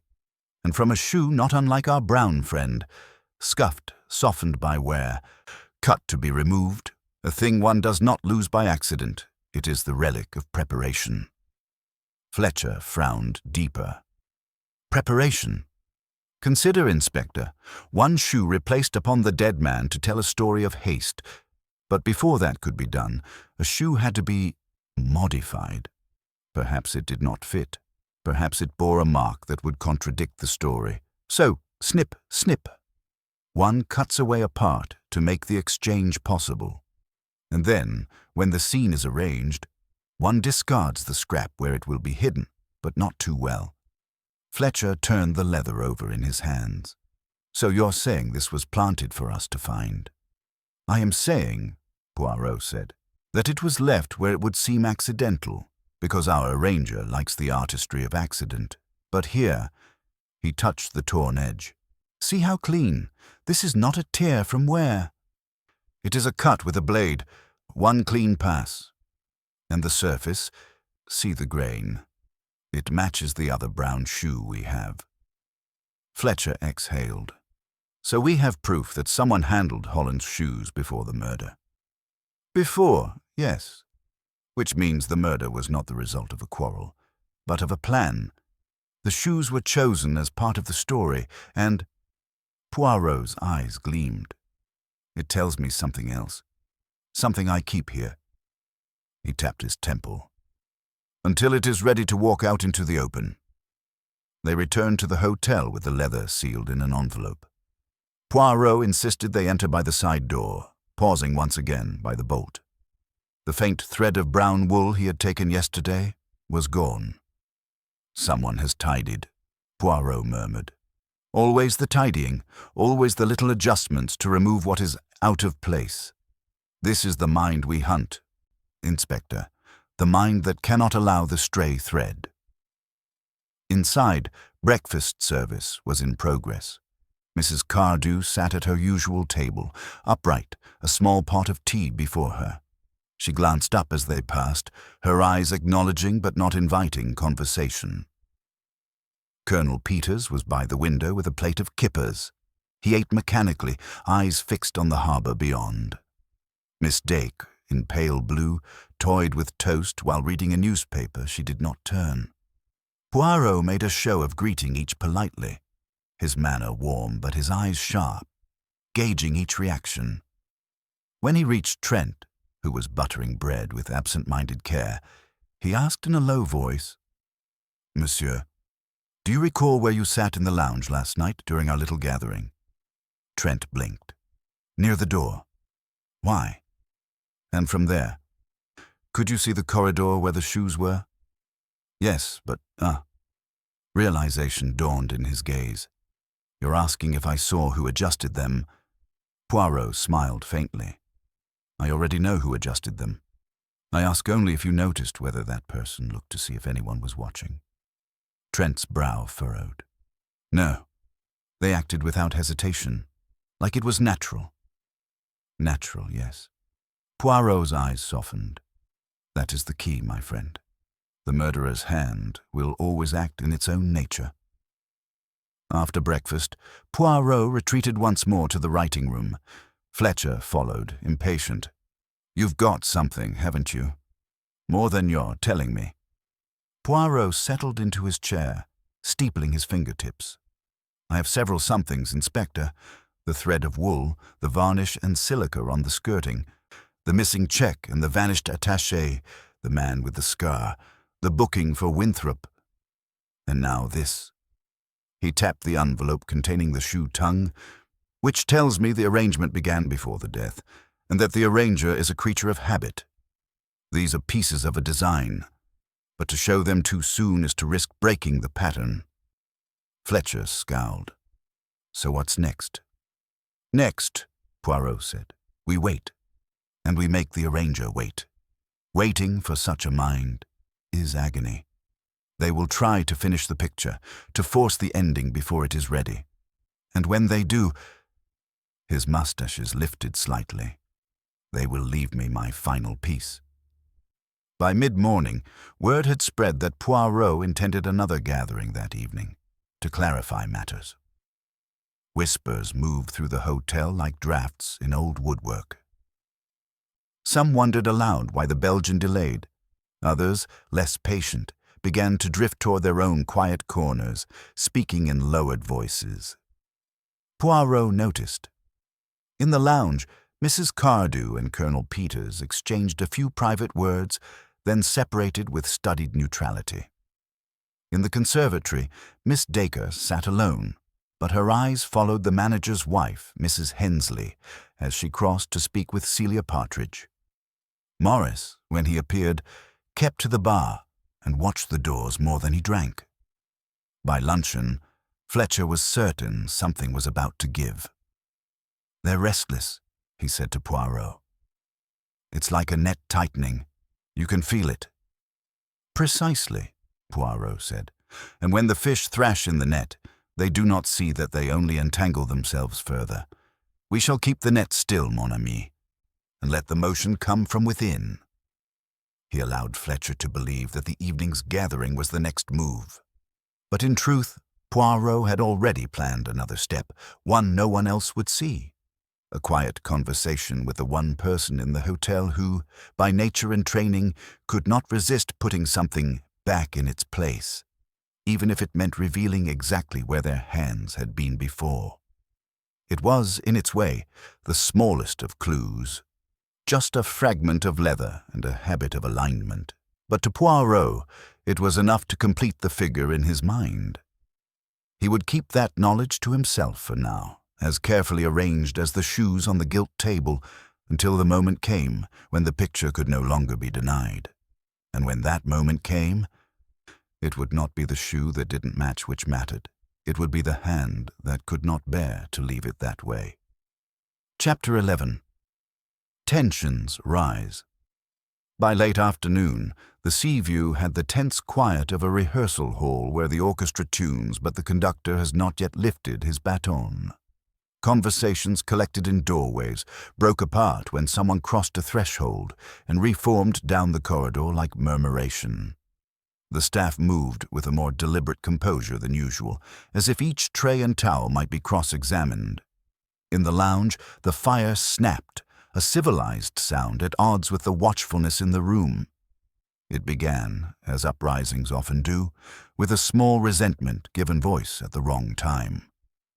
Miss Evelyn Dacre, pale blue again but sharpened by impatience, stood at the writing desk with a note half composed and no envelope.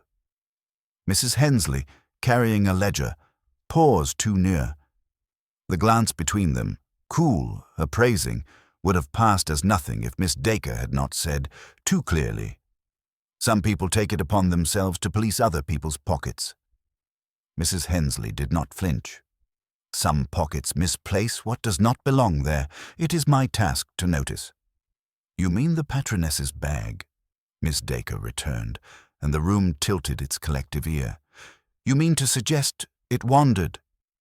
"I mean to suggest," Mrs. Hensley said, "that things which wander often have walkers, and that bookkeeping notices when numbers do not add." Colonel Peters pushed up out of his chair with a grunt of irritation. "We are not in a fish market, madam." "No," Mrs. Hensley said, and her tone did not change. "We are in a house, Colonel. Houses keep accounts of more than money."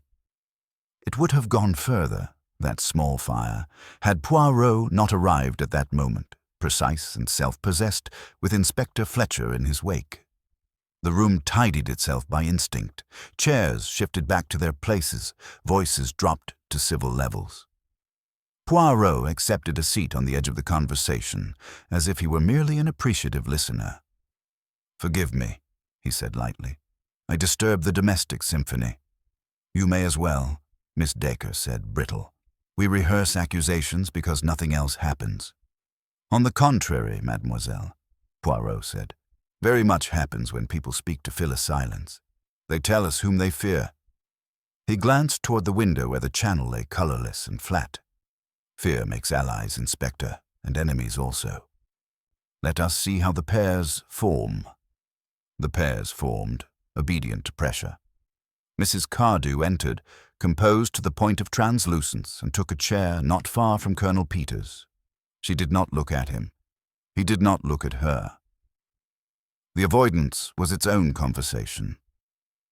Aldous Trent hovered, conscientious in his neutrality, while Tom, Lyle, and Celia stood together near the sideboard like two small birds sharing a branch. Poirot began with the smallest stone he could throw into the pond. "Madame Cardew, you will forgive me. A tedious point. The unsigned check One signs such a thing before or after a speech, not during.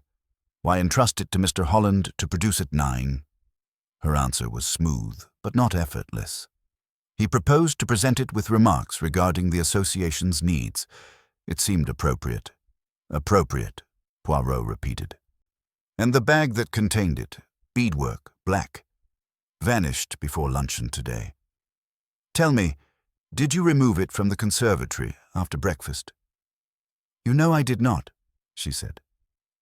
The mildness had a chill in it. Then someone wished us to believe it had walked away. Poirot's glance slid, not accusingly, only thinking, over Miss Dacre's tidy note paper, over Mrs. Hensley's ledger, over the Colonel's clenched hand and the threadbare place on his cuff, where a man who does not replace coats rubs the wool smooth with worry. The Colonel snapped first. If we sit here while a thief in this house plays shell games with checks and cases, we become accomplices. Now it is thief, Miss Dacre murmured. Last night it was simple gossip. Which is it, Colonel? You cannot buy both. Peters turned a color like a storm cloud, but he kept his voice low. I paid a man to keep his mouth shut about who met whom at a slipway. That is all. I would do it again to keep the association clean. Clean, Mrs. Hensley said. Clean is not purchased. It is accounted for. You would have the association ruined by scandal, Peters demanded. I would have it underwritten by truth, she said. Poirot's hand hovered in the air, and the argument folded itself like a fan. You see, he said softly, how the tides run. The Colonel believes obedience preserves life. Madame the manager believes reckoning preserves order. Mademoiselle believes appearance preserves safety, and Madame Cardew believes composure preserves the institution. Each is right, and each is the murderer's instrument if he plays the notes. Murderer? Mrs. Cardew said, as if testing the taste of the word. You speak as though you already know who. I speak, Poirot said, and his tone was courteous as a surgeon's. As though I know how. The how is a net, madame. Once it is drawn, the fish inside may be any fish, but the net tells us the fisher. Fletcher leaned forward, impatient. And the how? Poirot did not oblige. Instead, he turned to Aldous Trent. Monsieur, you are kindly impartial. Tell us a thing not of people, but of practice. If a boatman varnishes in a hurry in such weather, what does he do to make the surface tolerable to the hand? Trent lit at the safety of fact. He dusts with fine silica or pumice, otherwise the tack holds. It leaves a very faint, even grit. Even, Poirot repeated. Not the crystalline crust of salt, which forms in little stars. Even. His eyes went to the skirting where the faint smear had told its small story. And if he picks at the drips with his nails? He glanced at Morris. Morris, who had lurked by the door, braced himself against the frame. You say a lot about men's hands, he muttered. Show what they've held and what they haven't. What if a man had reason to keep his hands to himself? Then his habits betray him, Poirot said gently. For instance, a man who corrects a picture by a quarter inch cannot walk past a crooked shoe. A woman who has balanced ledgers all her life cannot keep from filling a blank. A colonel who lives by commands cannot bear a narrative with no coxswain. And a young lady who once stamped envelopes cannot not look to see whether a letter has been posted. Miss Dacre flushed. And if I looked, I would not take. No, Poirot said, almost tender. You would not take. You would notice. And the murderer counts on the noticers to argue among themselves while he arranges again. Celia, who had been very still, lifted her chin. Then we must stop touching things, she said simply. Leave them crooked, miss.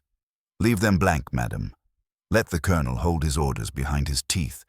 If the person who can't bear it comes along, he will tidy, Poirot finished. His eyes warmed. Très bien, mademoiselle. That is exactly the trap. Fletcher stood. Then we set it. We forbid changes. We nail the furniture down. No, Poirot said. We do what I said. We wait, and we make him wait. That is the cruelty he cannot endure. He will try to finish his work early. Work. The word hung. His... Mrs. Cardew began, and stopped, as if she had heard herself too late. His or hers, Poirot corrected smoothly. He did not glance at her hands, at the perfect seam at the glove's wrist, at the way the left thumb pressed very lightly against the forefinger, as one does who has long experience feeling the thickness of paper between finger and thumb. Silence spread, velvety and intricate. Then Tom, who had held his breath without knowing, let it go. Begging pardon, but does anyone want tea? I could fetch... No, said three voices. Poirot's, Fletcher's, and Mrs. Hensley's. Stay, Poirot added gently. The truth likes young eyes that have not yet learned to lie to themselves. It was Morris who broke next. He jerked his head toward the window. If you're so clever, monsieur, why not say it plain? The man with the scar is a hired noise, Poirot said. A diversion down the quay. You will discover, Inspector, that he can be made to say anything for a sovereign and to recant it for two. He was placed in front of us to be pointed at. He is a bad knot that comes apart if you pull. Morris swallowed. You call me a liar, and him a liar, who isn't lying. Those who have not yet had the chance, Poirot said. He rose, and at once the room rose with him. It is a habit to stand when the argument leaves. Mes amis, we gather this evening at 8, not 9. Earlier by an hour, to see who comes late out of compulsion and who arrives early to tidy their fear. Until then, touch nothing. If a thing is crooked, bless it.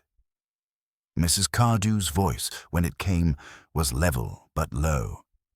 You presume much on your reputation, Monsieur Poirot. He bowed. It is a reputation for patience. Madame. She left without another word. Colonel Peters, lingering, blurted, For what it's worth, I never set foot in 204. It was not what anyone had asked. He looked as if he wanted to take the sentence back and could not, then stumped out, muttering. Miss Dacre produced a cigarette she did not light and snapped in the case closed again, choosing appetite over indiscretion. I shall be in the conservatory, she said, where one can see people coming. She moved away with the paradoxical grace of someone who will not be caught and cannot bear to be alone. When only the smaller company remained, Trent, Tom, Celia, Fletcher let out a breath.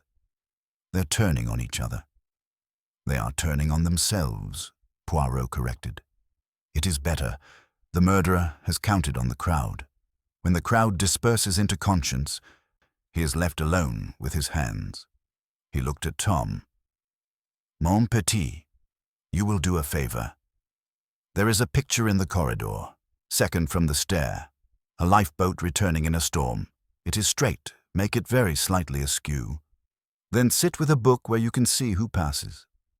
Tom's eyes widened, then tightened with purpose. Aye, sir. And you, Mademoiselle Partridge, will fold napkins as you did yesterday, with the seam outward. Leave them so, resist the desire to correct them. Celia nodded, determined. If I twitch, I'll pinch myself. Trent, a man of footnotes in a drama, cleared his throat. And I? You will visit the boathouse, Poirot said. Casually. If you find a tin with varnish and a sprinkle of fine grit, note whose name is on the chitty. If there is no name, note whose hand cannot keep from tidying the bench. But take care, Monsieur Trent. You are not bait. When they had gone, Fletcher said quietly, You've narrowed it. I have confined it, Poirot said. It is like coaxing a cat from under a sofa. You do not reach, you wait, you put down the saucer of milk, you walk away. The cat believes itself clever and emerges. Then you shut the door. He checked his watch. 2 hours. In that time he will make one small mistake. No grand gesture, no flight. A nudge of a frame, a hand slipped into a pocket to remove a thread, an envelope returned to a bag that is not where he thinks it is. We must be ready to hear the click of compulsion. Fletcher flexed his hands as if they itched for the dramatic. And if he does nothing? Poirot's smile was almost fond. He cannot. They separated to their small stations.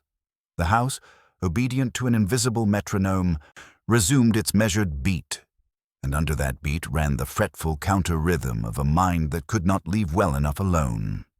A mind that had arranged a dead man's feet and now found itself required to wait, while shoes stood mismatched in silence.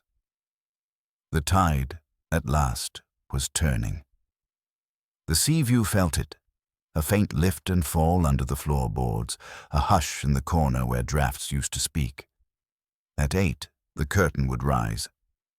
Before then, someone would step forward to straighten what did not belong, and in that reflex, he would give Poirot what he had kept back since the first scream: the hand behind the shoe. Chapter 12. The Confrontation. By 7 o'clock, the sea view had taken on the peculiar stillness of a ship's deck in fog, sound carrying farther than it should, footsteps on the carpet seeming deliberate whether they were or not. The public rooms were half-lit, pools of lamplight separated by shadows where voices could drop to murmurs. Poirot, invisible in plain sight, made a slow tour of the corridors, noting who walked quickly, who dawdled, and who looked over a shoulder when they thought themselves unobserved. Tom Lyle was stationed in a wooden chair at the far end of the hallway, a book propped open on his knees, eyes ostensibly on the page but in truth fixed on the crooked picture of the lifeboat that he had tilted earlier at Poirot's instruction. Celia Partridge moved between the dining room and the service pantry, carrying small stacks of napkins with their seams folded outward. In the lounge, Inspector Fletcher nursed a cooling cup of tea, his broad frame angled so that he could see both the gilt-legged table in the conservatory and the stairwell leading to the guest rooms. At 7:20, the first tremor of compulsion appeared.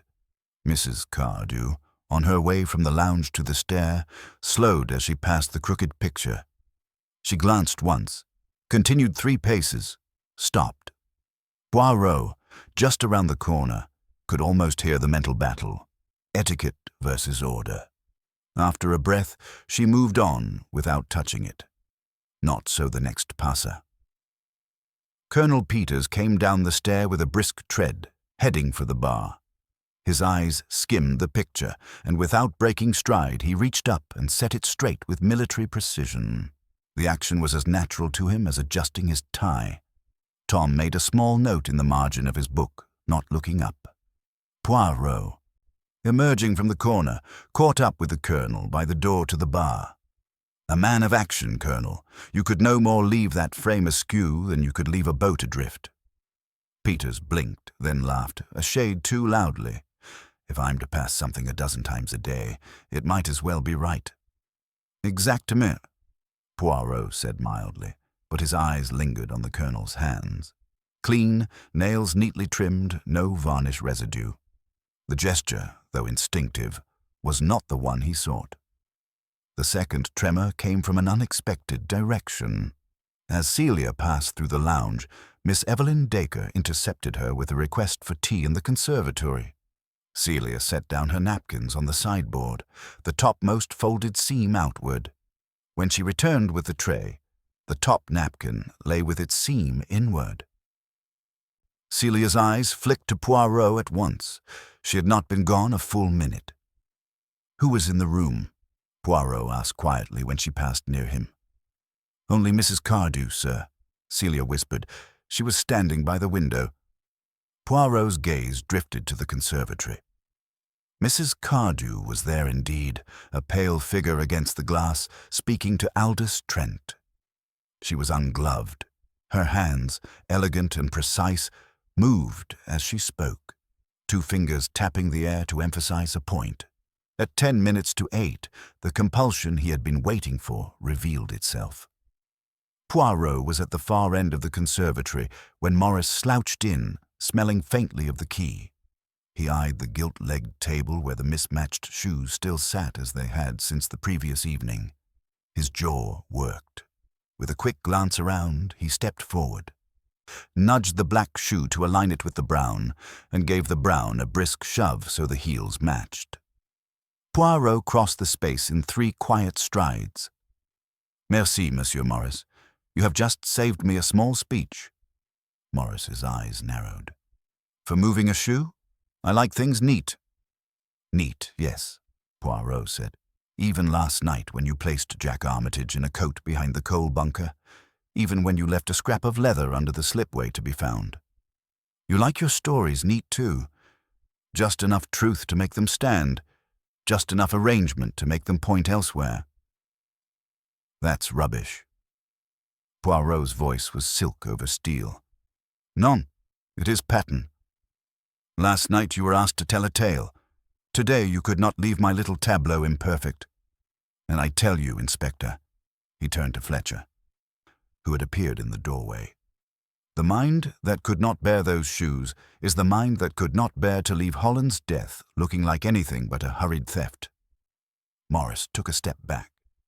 "You've no proof." Poirot's hand dipped into his pocket and came out with an envelope. He removed the scrap of leather from the slipway and the thread of brown wool from the door jamb. "2 threads, Monsieur Morris, from the same cloth as the brown shoe you used, a shoe which I think you kept in a canvas bag in the boathouse, canvas that smelt of varnish because you had been there, applying a grit finish. And there," he took a step closer, "is the grit itself even now at the base of your fingernails." Morris's hands clenched. "If I had—" "You had, monsieur. You arranged the scene to suggest robbery. You removed Holland's own shoe, replaced it with the brown, and kept its twin to discard later. You cut away the tongue to make it fit, and because you like completeness, you left the scrap where we would find it." Poirot's voice softened. "But a story too neat is as revealing as a story too ragged." The room had fallen into the hush that follows a sudden drop in wind. Fletcher's tone was grim. "We'll talk in my office, Morris." But Poirot lifted a hand. "Not yet, Inspector. You see, Morris is not the only one who straightens what is crooked. He is the hand, but the mind that wound the spring and set him to his task, still walks free in this room, and that mind is the one we will catch tonight." Mrs. Cardew's voice came from the far end of the conservatory. "You are fond of theatre, Monsieur Poirot." Poirot bowed slightly. "When the curtain falls, madame, it will be on the right actor." He looked to Fletcher. "Keep Morris close, but not away. A tool left where it may be seen tells us who reaches for it." Fletcher's eyes narrowed. "You're saying you still don't mean to name the killer?"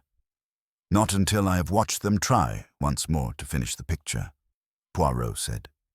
He glanced at the clock, 10 minutes to 8. "And my friend, I think we have just enough time to set the final frame." He turned to Tom. "Straighten the picture in the hall now. Make it perfect." "To catch someone crooked?" Tom grinned faintly, though his hands trembled.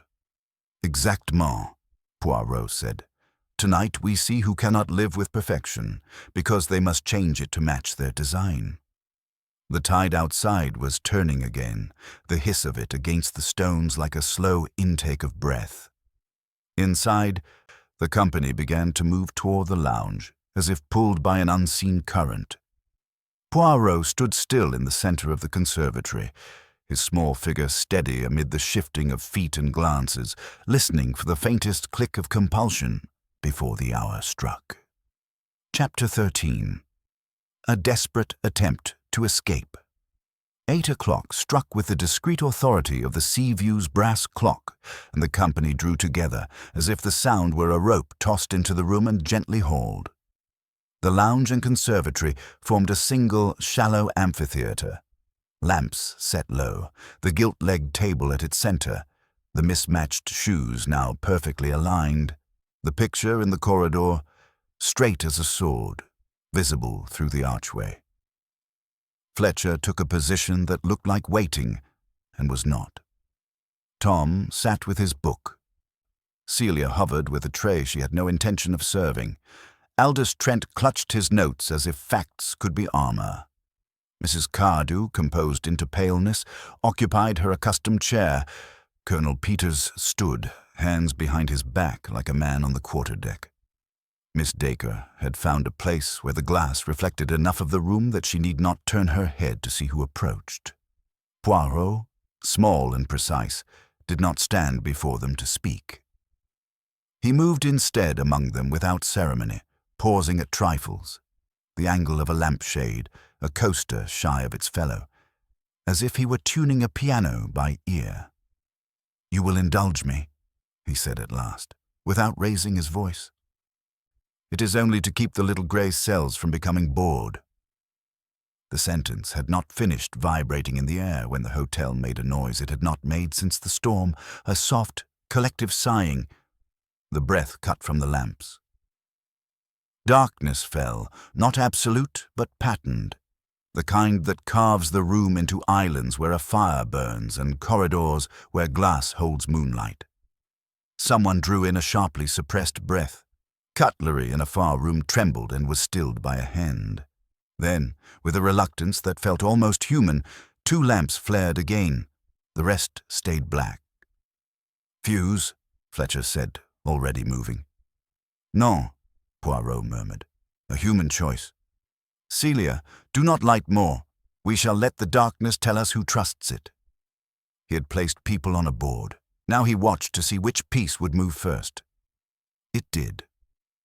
From the conservatory's edge, where the shadows ran thick along the glass, a figure detached, not with stealth. Stealth would have been too theatrical for the mind they hunted, but with the brisk intent of a person correcting an omission. The silhouette was slight, the coat neatly fitted. The stride was firm but measured. As it passed the gilt-legged table, a gloved hand, without breaking pace, centered the salt and pepper with a tiny, satisfying click. Poirot turned his head as one turns to catch a scent. "Inspector," he said almost conversationally, "our perfectionist goes to finish his picture." Fletcher was already signaling. A constable stationed by the stair slipped into the dark like a fish into weed. Tom, heart drumming, kept his eyes on the corridor. The tilted picture was straight and remained straight, but he noted, with the exactness of youth, that the person moving toward the side door did not spare it a glance. Not out of indifference, out of certainty. The frame was as it should be. The imperfection lay elsewhere. Poirot, without haste, followed the current. He knew the route better than the shadow did, for he had drawn it. In the afternoon he had shaken a paper of powdered chalk along the inner edge of the side door sill where only the fingers of a person intent on silencing a bolt would brush. He had stretched across the lower hinge a hair-fine thread, barely a whisper, angled so that a body would break it only if exiting quickly, not entering. He had chosen the hour, because at 8 the boiler fed the kitchens their second wind of heat, and the servants' passage hummed, masking small sounds. He had predicted the thing would happen before any summons for speeches. The mind that cannot wait would not be made to. The figure reached the side door, the bolt drawn earlier, seated neatly with a dull little touch. The gloved hand hovered, arranged the handle so it lay parallel to the jamb, a futile order, yet irresistible. Then the hand closed over the latch. Chalk took the caress like frost. The thread snapped with a sound no louder than a moth's wing. "Do not open it," Poirot said quietly, and a second lamp, this one in Fletcher's hand, made a small circle of truth around the door. The figure froze. For an instant, only the breath moved, controlled to invisibility. The glove, pearl buttons at the wrist, gleamed faintly. "Step away," Fletcher said, professional now. "Hands where I can see them." The figure obeyed with a poise that did not crumble. The right hand, as it lifted, could not resist setting the bolt exactly in its channel. It was done gently, like the touching of a rosary bead. "Merci," Poirot said. "You have told me what I needed." The constable, coming from the service passage, reached the other side of the door and tried it. "Latched inside, sir. he called. "Threads down." "Just so," Poirot returned. "And what have we there, in the pocket you now wish were empty?" His voice softened. "Take it out, if you please." There was a heartbeat's length when the hand did not move. Then the left reached into the coat with a reluctance so minute that only Celia, pressed breathless by the pantry door, saw it. A beaded bag emerged, black, with a clasp like a small sleeping beetle. Beside it, pinched between finger and thumb, the shape of a flat rectangular case, oil-dark, without a monogram. Not Holland's attaché, smaller, slighter, but kin to it, a creature of leather that held papers as bones hold secrets.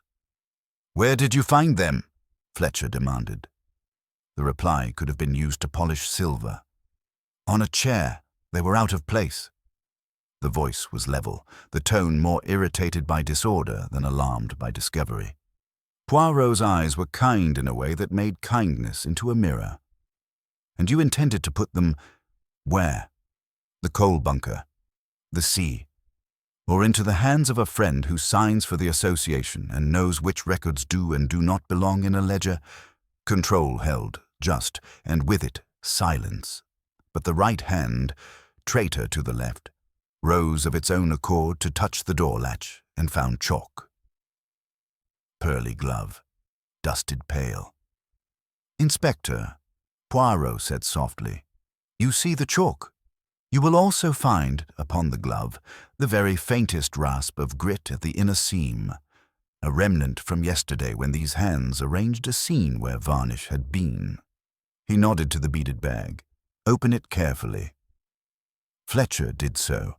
Inside lay spectacles wrapped in tissue and an unsigned cheque, a handsome sum, drawn on a London bank, payable to the Lifeboat Association, the line for signature blank.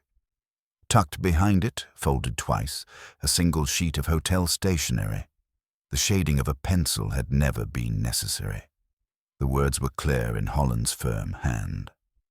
"Slip at 9. E.F." Underneath, a second line, added later in ink of a darker blue. "Bring the ring." Fletcher swore under his breath. So Holland was meeting someone to deliver a ring, from the old salvage perhaps, and someone else got there first. Or the same someone, Poirot said. A mind may have more than one conversation with itself. He glanced at the small leather case. "And here, we shall not open it yet. It is enough that it exists and that it was not where it was supposed to be. The arranger cannot bear an unfiled object. He would rather destroy it than face the possibility that another mind might arrange it differently." The figure at the door had not spoken again. The stillness now was not poise, but a calculation of distances. Poirot did not give it the sum. "If you run," he said, "you will be caught in the service yard by a constable who was told to smoke where he could smell the sea. If you shout, Tom Lyle will remember the note you drop on the third line of Eternal Father when you are out of breath. If you strike, the chalk will be on your coat and on your gloves, and Celia will tell me what she saw you set straight in the conservatory before you reached for the latch. There is no second door, mon ami. There is only the door in the mind, and it is swung closed." For the first time, the breath faltered. It was as tiny a break as the tremor that runs under ice when a river considers thaw. Then the shoulders straightened again. "Very well," said the voice, cool as a ledger's margin. "Take them." Fletcher did, and stepped back. "You'll come with us." He motioned to the constable. The figure did not resist.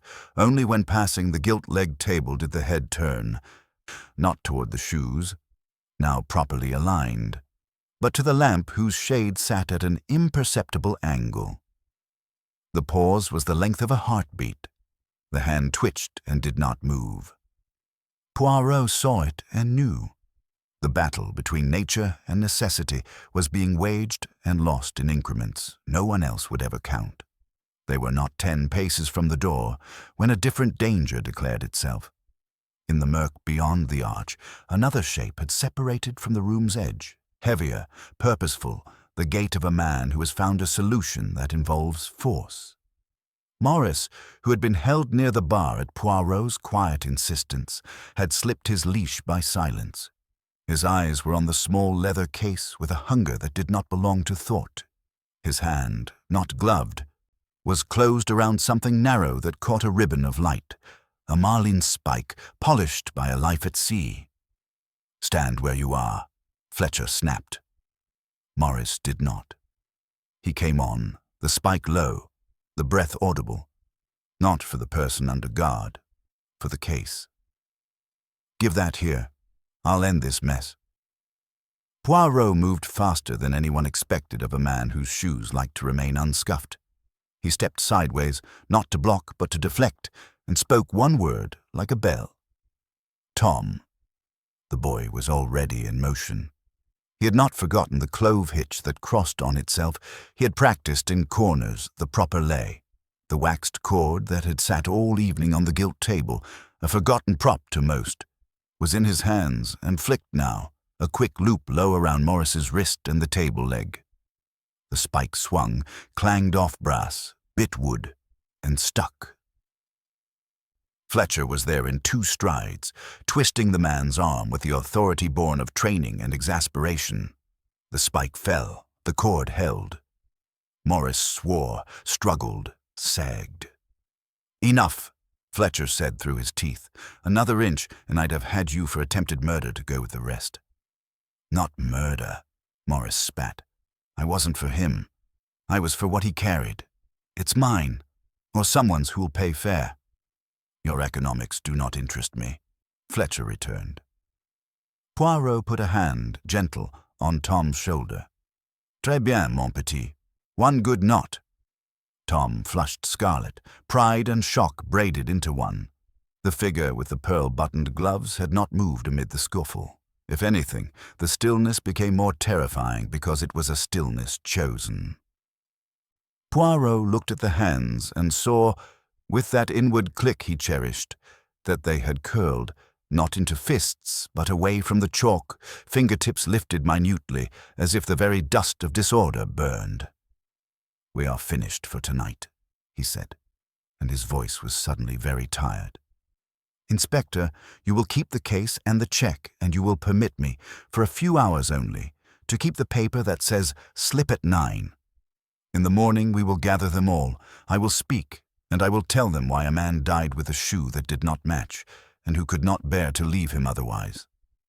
Fletcher's jaw worked, then eased. "All right," he said, "but I want a rope on every door until dawn." "You shall have them," Poirot said. He turned to the person in the gloves. "And you, madame, or monsieur, will rest.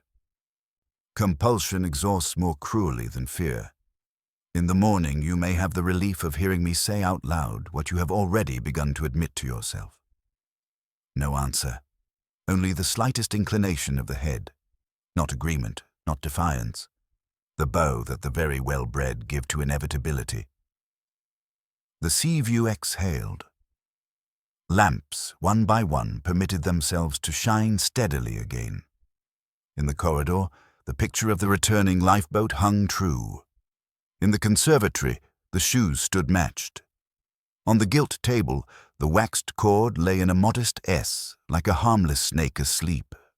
Outside, the tide continued its slow work of drawing back and revealing. Inside, Poirot's little grey cells, and the hand that could not keep from straightening what life set askew, had reached the end of their waiting. The attempt had been made. The door had closed. In the morning, the mind that arranged would have to listen while its own pattern was read aloud. Chapter 14. The final piece falls into place. Dawn came up like paper turned, quietly, with a faint rasp of a page against a page. The sea view's windows were pale rectangles. The sea beyond them looked newly ironed, smooth but for a seam of light along the horizon. Poirot breakfasted alone with the delicacy of a man who believes crumbs are an insult to order. He had slept little and not at all badly. A mind at balance needs fewer hours than a mind at war. Inspector Fletcher arrived while he was finishing his coffee, the leather case under his arm. "We inventoried it too," he said without preface. "The beaded bag is a scene, the check unsigned, spectacles intact, the small case, letters, some on Garrow and Blythe paper, some plain. No ring." "Non," Poirot said serenely. "There would be no ring, not now." "You were certain," Fletcher said, studying him, "before we opened it." "I was certain that the ring had already played its part," Poirot replied, "and that the idea of it was more useful to the murderer than the thing. Permit me?" He reached for the case with a courtesy that did not ask, then lifted the catch as if it were an etiquette and not a mechanism. Inside lay order, folded sheets, an index card or two, a smaller envelope with a neat penciled mark at the corner, 2-9, and a carbon copy whose darkened tissue told of haste. Poirot did not read. He handled. "Celia will know whose hand this is," he murmured. "But we do not need her. The mind is here, even in the way the corners agree." Fletcher made a sound that was almost a growl. "You and your corners." "Mon ami," Poirot said gently. "Murder leaves fingerprints of temperament as surely as of flesh." He closed the case and stood. "A small errand first. Then, if you please, we will borrow the morning room at 11. I will ask our people to bring their truths and their lies and set them on the table. Between them, we shall have enough." They began with the boathouse. It smelled of rope and damp timber and men who had made peace with both. Aldous Trent met them there by arrangement, his spectacles fogging briefly in the indoor chill. "I found what you wanted," he said, half apologetic and half pleased by the usefulness of facts. He indicated a shelf where tins of varnish sat like soldiers, two with drips hardened into glossy tears, one dusted with a barely visible bloom. "Silica," Trent said. "A light scatter to kill the tack." Poirot bent, not to sniff. He had already accepted the scent into his memory, but to see the lay of stray grains where fingers had tapped the lid. "And your chitties?" Trent produced a clipboard from a nail. The sheets bore initials next to supplies withdrawn. CP for Colonel Peters, H for Hensley, BL for a boatman named Laker. One entry for the previous afternoon had no initials at all, but did have a precise tick added later, as if to acknowledge the borrowing without owning it. "Madame Cardew keeps no boat," Trent observed, diplomatic even in speculation. "Madame Cardew keeps a house," Poirot returned, "and there are borrowings of reputation as well as of varnish." His finger hovered above the blank. "One comes, one takes what is needed to make the surface tolerable. One leaves without a name, says, and later a loyal soul tidies the ledger with a check and no signature. Order is preserved. Guilt finds the gap comfortable." They walked back by the slipway. The tide had turned again, a polished mirror sliding over weed. The place where Poirot had taken the scrap of leather no longer showed its nest. The sea effaces without malice. On the stones above the waterline lay footprints that were not footprints, arcs of cleaner rock where someone had wiped a shoe. Poirot crouched, touched the arc with a forefinger, and rose, satisfied. He could not bear to track tackiness onto clean stone, he said softly. Even while arranging death, he cleans. Fletcher looked sideways. He, she, Poirot conceded. In French, the murderer is masculine. It is a convenience, not a conclusion. Back in the hotel, he sent for Celia and Tom. They came like eager apprentices. "2 favors," Poirot said. "Mademoiselle Partridge, take these envelopes." He held out 3 from the case. "And tell me which 2 were folded by the same hand as the receipts in Mrs. Cardew's donation ledger. You need not read. The edges will speak." Celia handled them reverently. "These 2, she said after a moment, touching the first and third.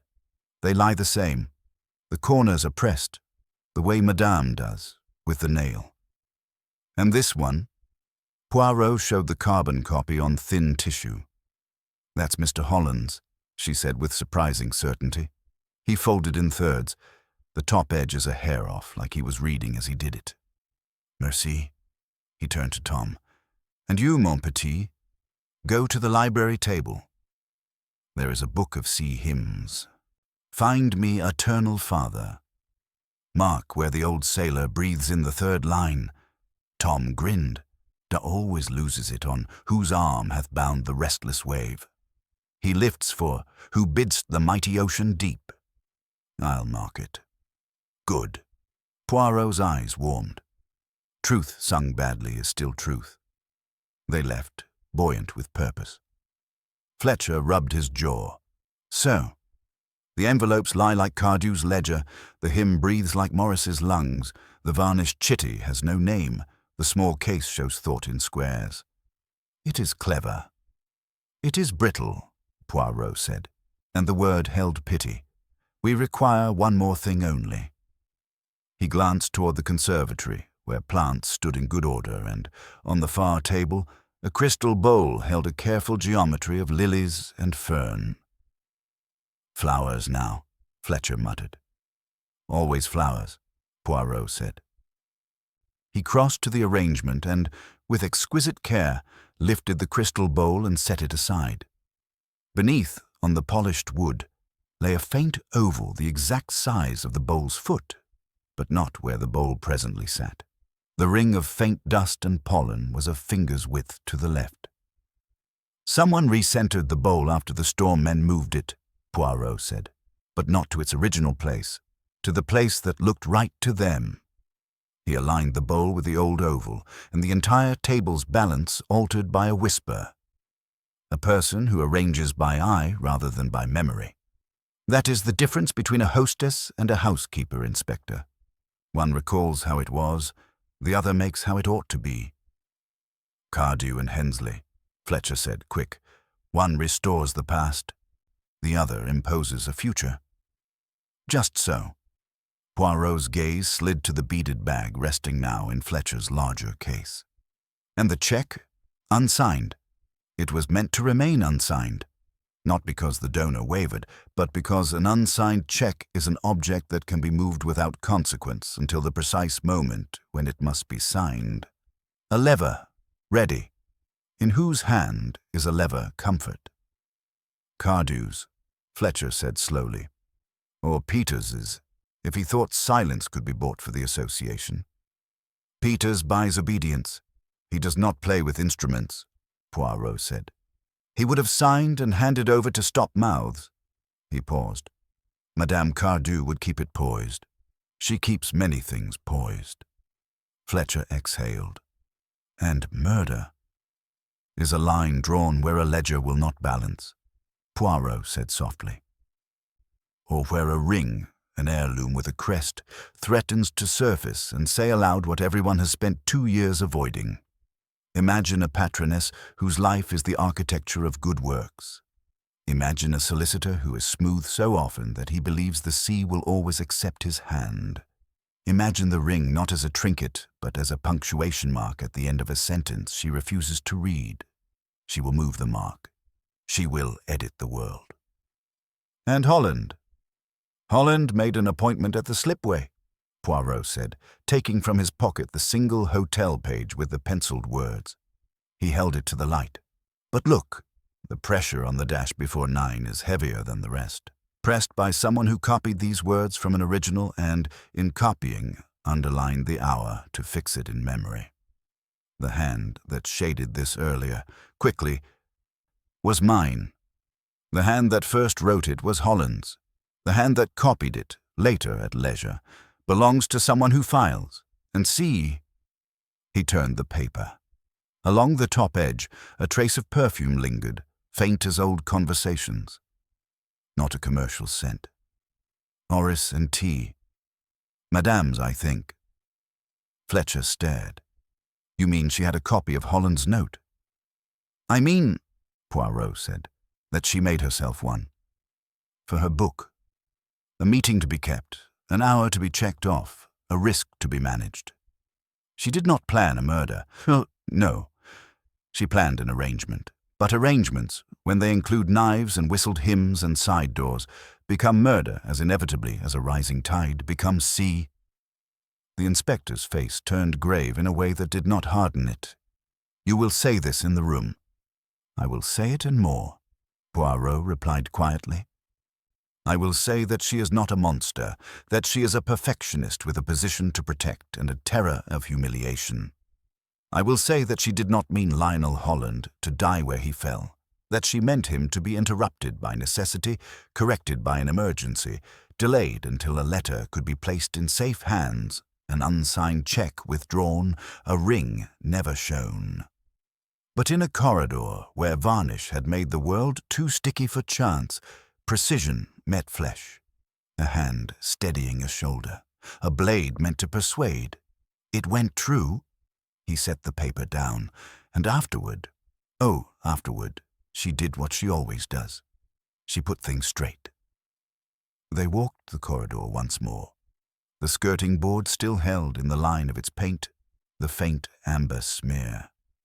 Poirot laid a fingertip over it as if to close a wound. "The last piece," he said, almost to himself, "is not a thing. It is a certainty that she cannot abide waiting. Last night, before 8, she took the bag and the case because the hour was intolerable. She would move heaven, furniture, shoes, and men to bring the moment into alignment with her will." Fletcher nodded, slow. "And you will not arrest until you have told it to her in front of them all." "Arrest, that is your word," Poirot said. "Mine is recognition." At 10:30, he sent Tom to invite the company. "Ask them for 11. Say I will be brief," he added, smiling a little at the lie. Celia came with her report before the hour. "The 2 envelopes, Madame's fold," she said. "And I thought you should know, the spectacles cloth in the bag. It smells of varnish, the faintest bit, like someone polishing glass near an open tin." "Très bien," Poirot murmured.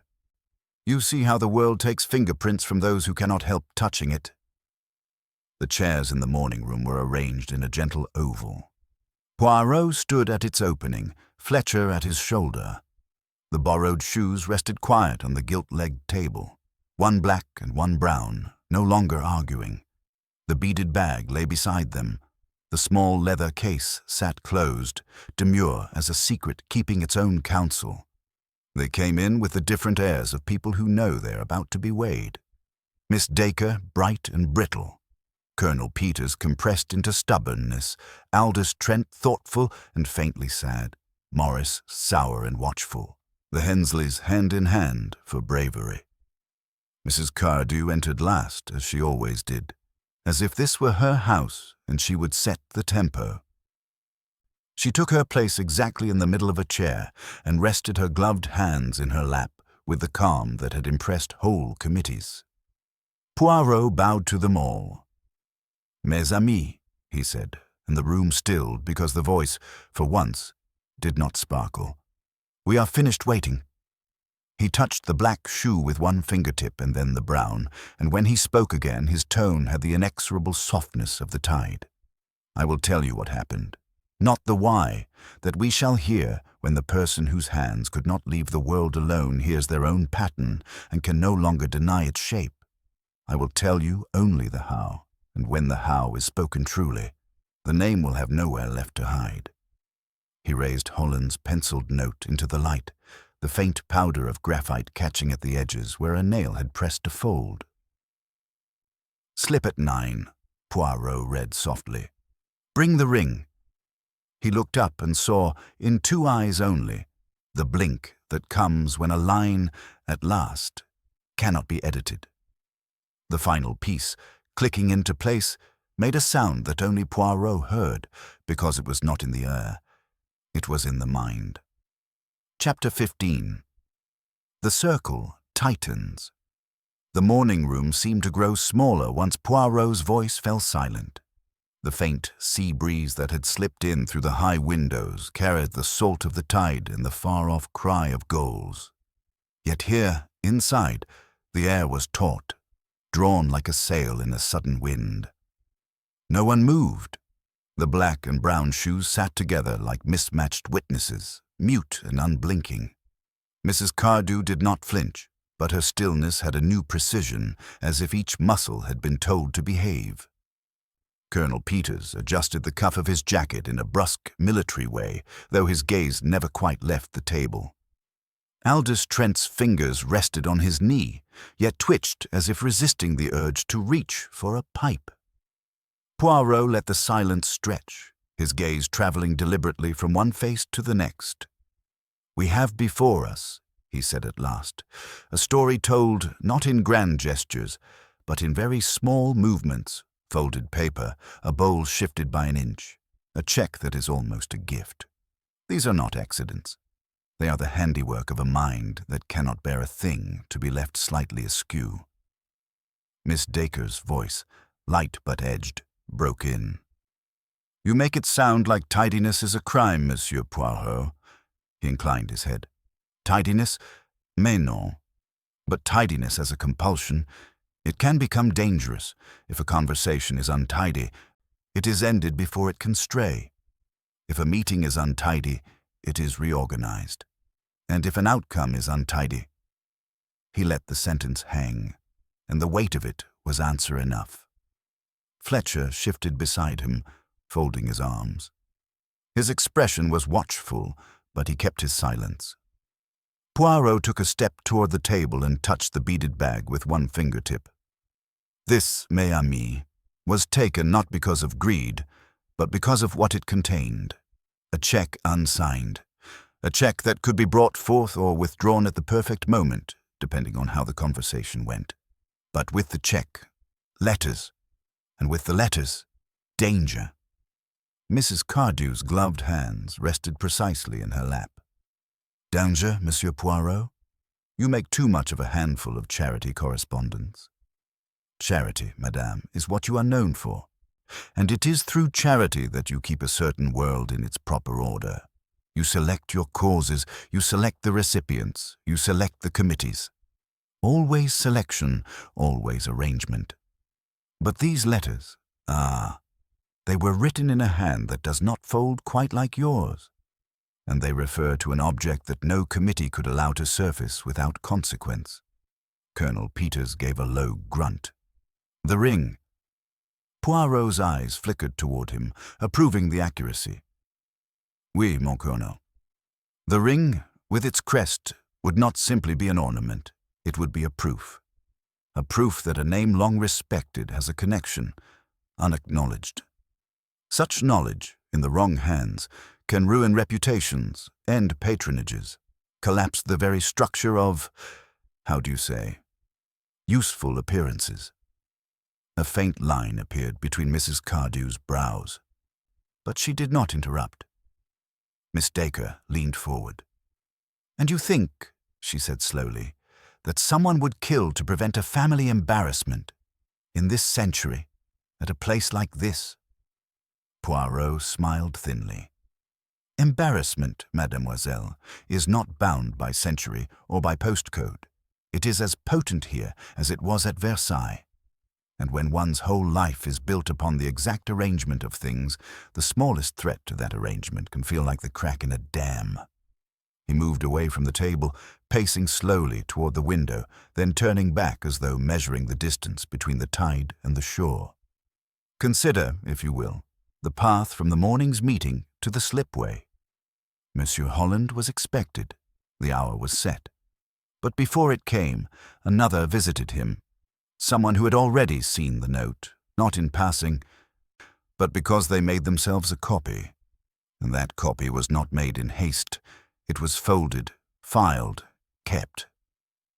Fletcher's voice was level, but the undertone was steel. "Meaning Holland was never going to arrive at that meeting on his own terms." "Just so, mon ami. The meeting was to be adjusted, delayed, diverted, until the leverage could be secured. But fate, and perhaps the varnish on the corridor skirting, altered the plan." Poirot's hand gestured, delicate as a conductor's, toward the mismatched shoes. One step too close, one touch intended to pause, and the blade that was to threaten instead struck true.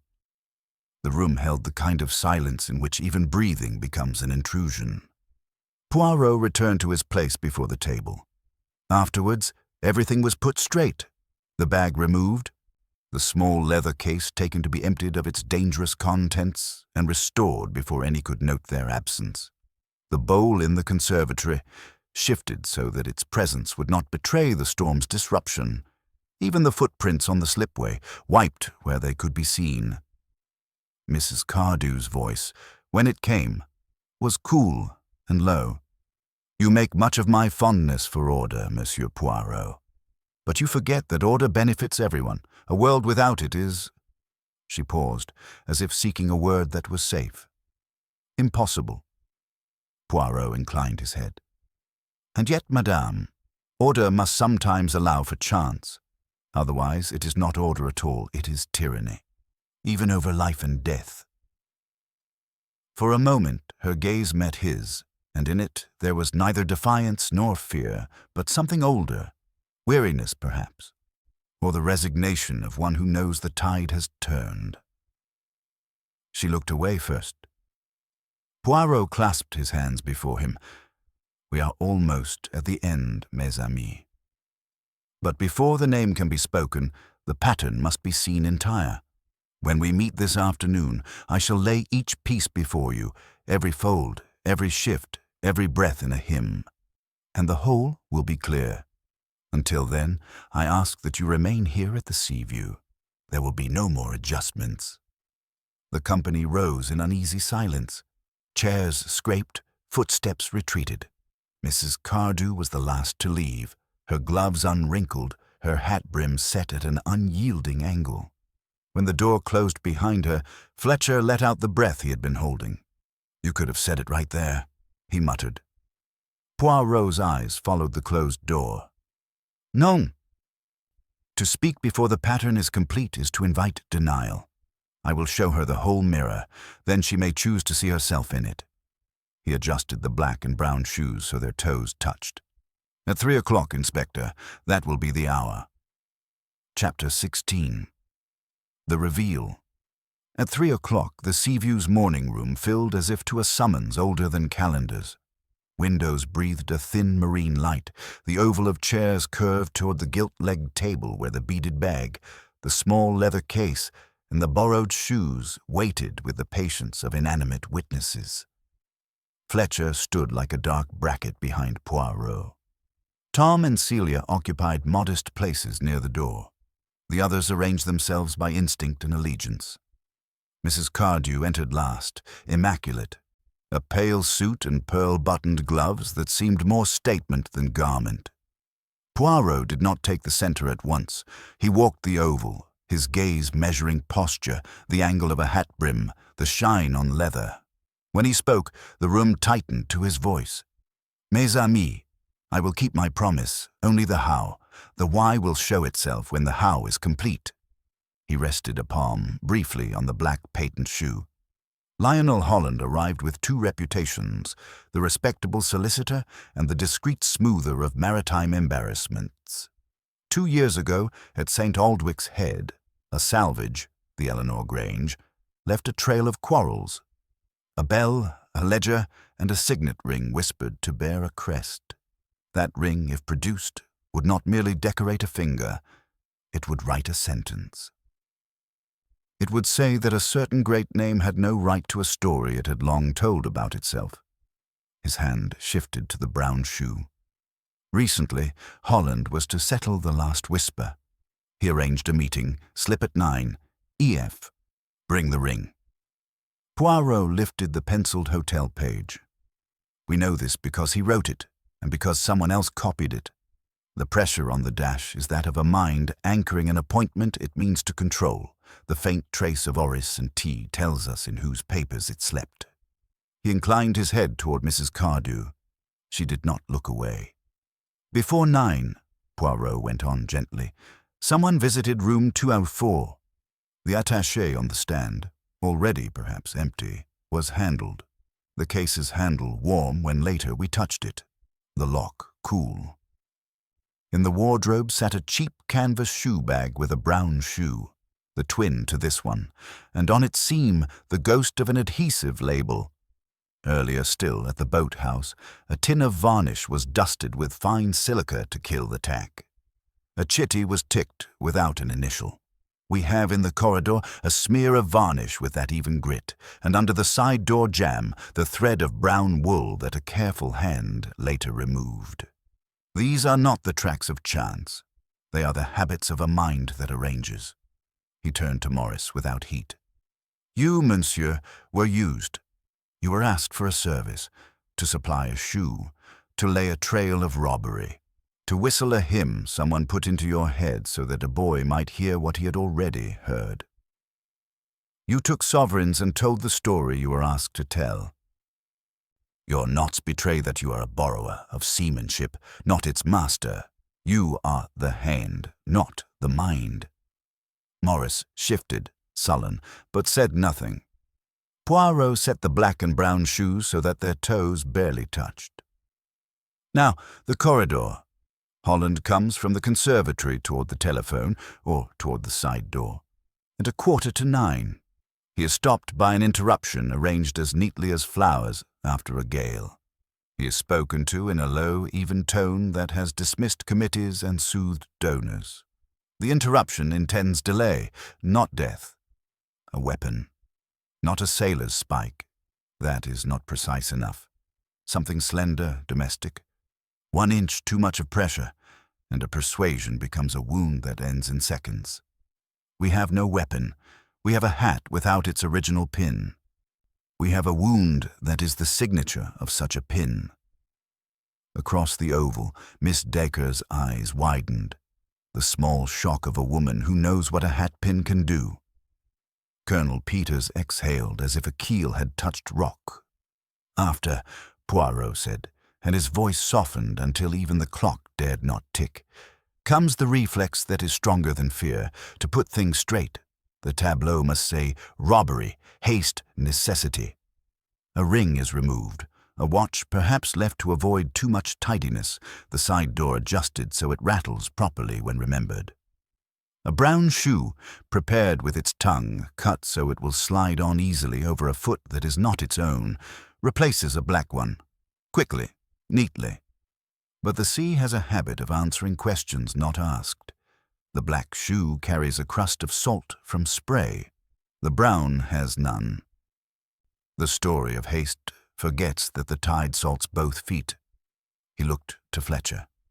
The smear of varnish at the skirting, the faint grit, the chalk on the side door latch last night, and the pearl glove dusted by it? These speak with one voice. The same hands that could not pass a crooked picture or a wrong-side napkin could not leave a latch misaligned. The same mind that steadied a bowl by its own sense of center, not the old oval on the wood, steadied a dying man's narrative so that it would not mar the house. Poirot returned to the table and touched the beaded bag. And this, taken yesterday, returned last night. Why? Because inside lay an unsigned check, a lever kept poised, neither gift nor refusal until the hour demanded.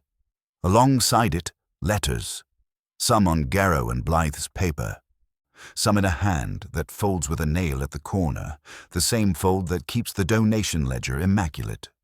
The small case, too, gathered and moved because paper out of place is a more terrible disorder to an arranging mind than any police watch at a door.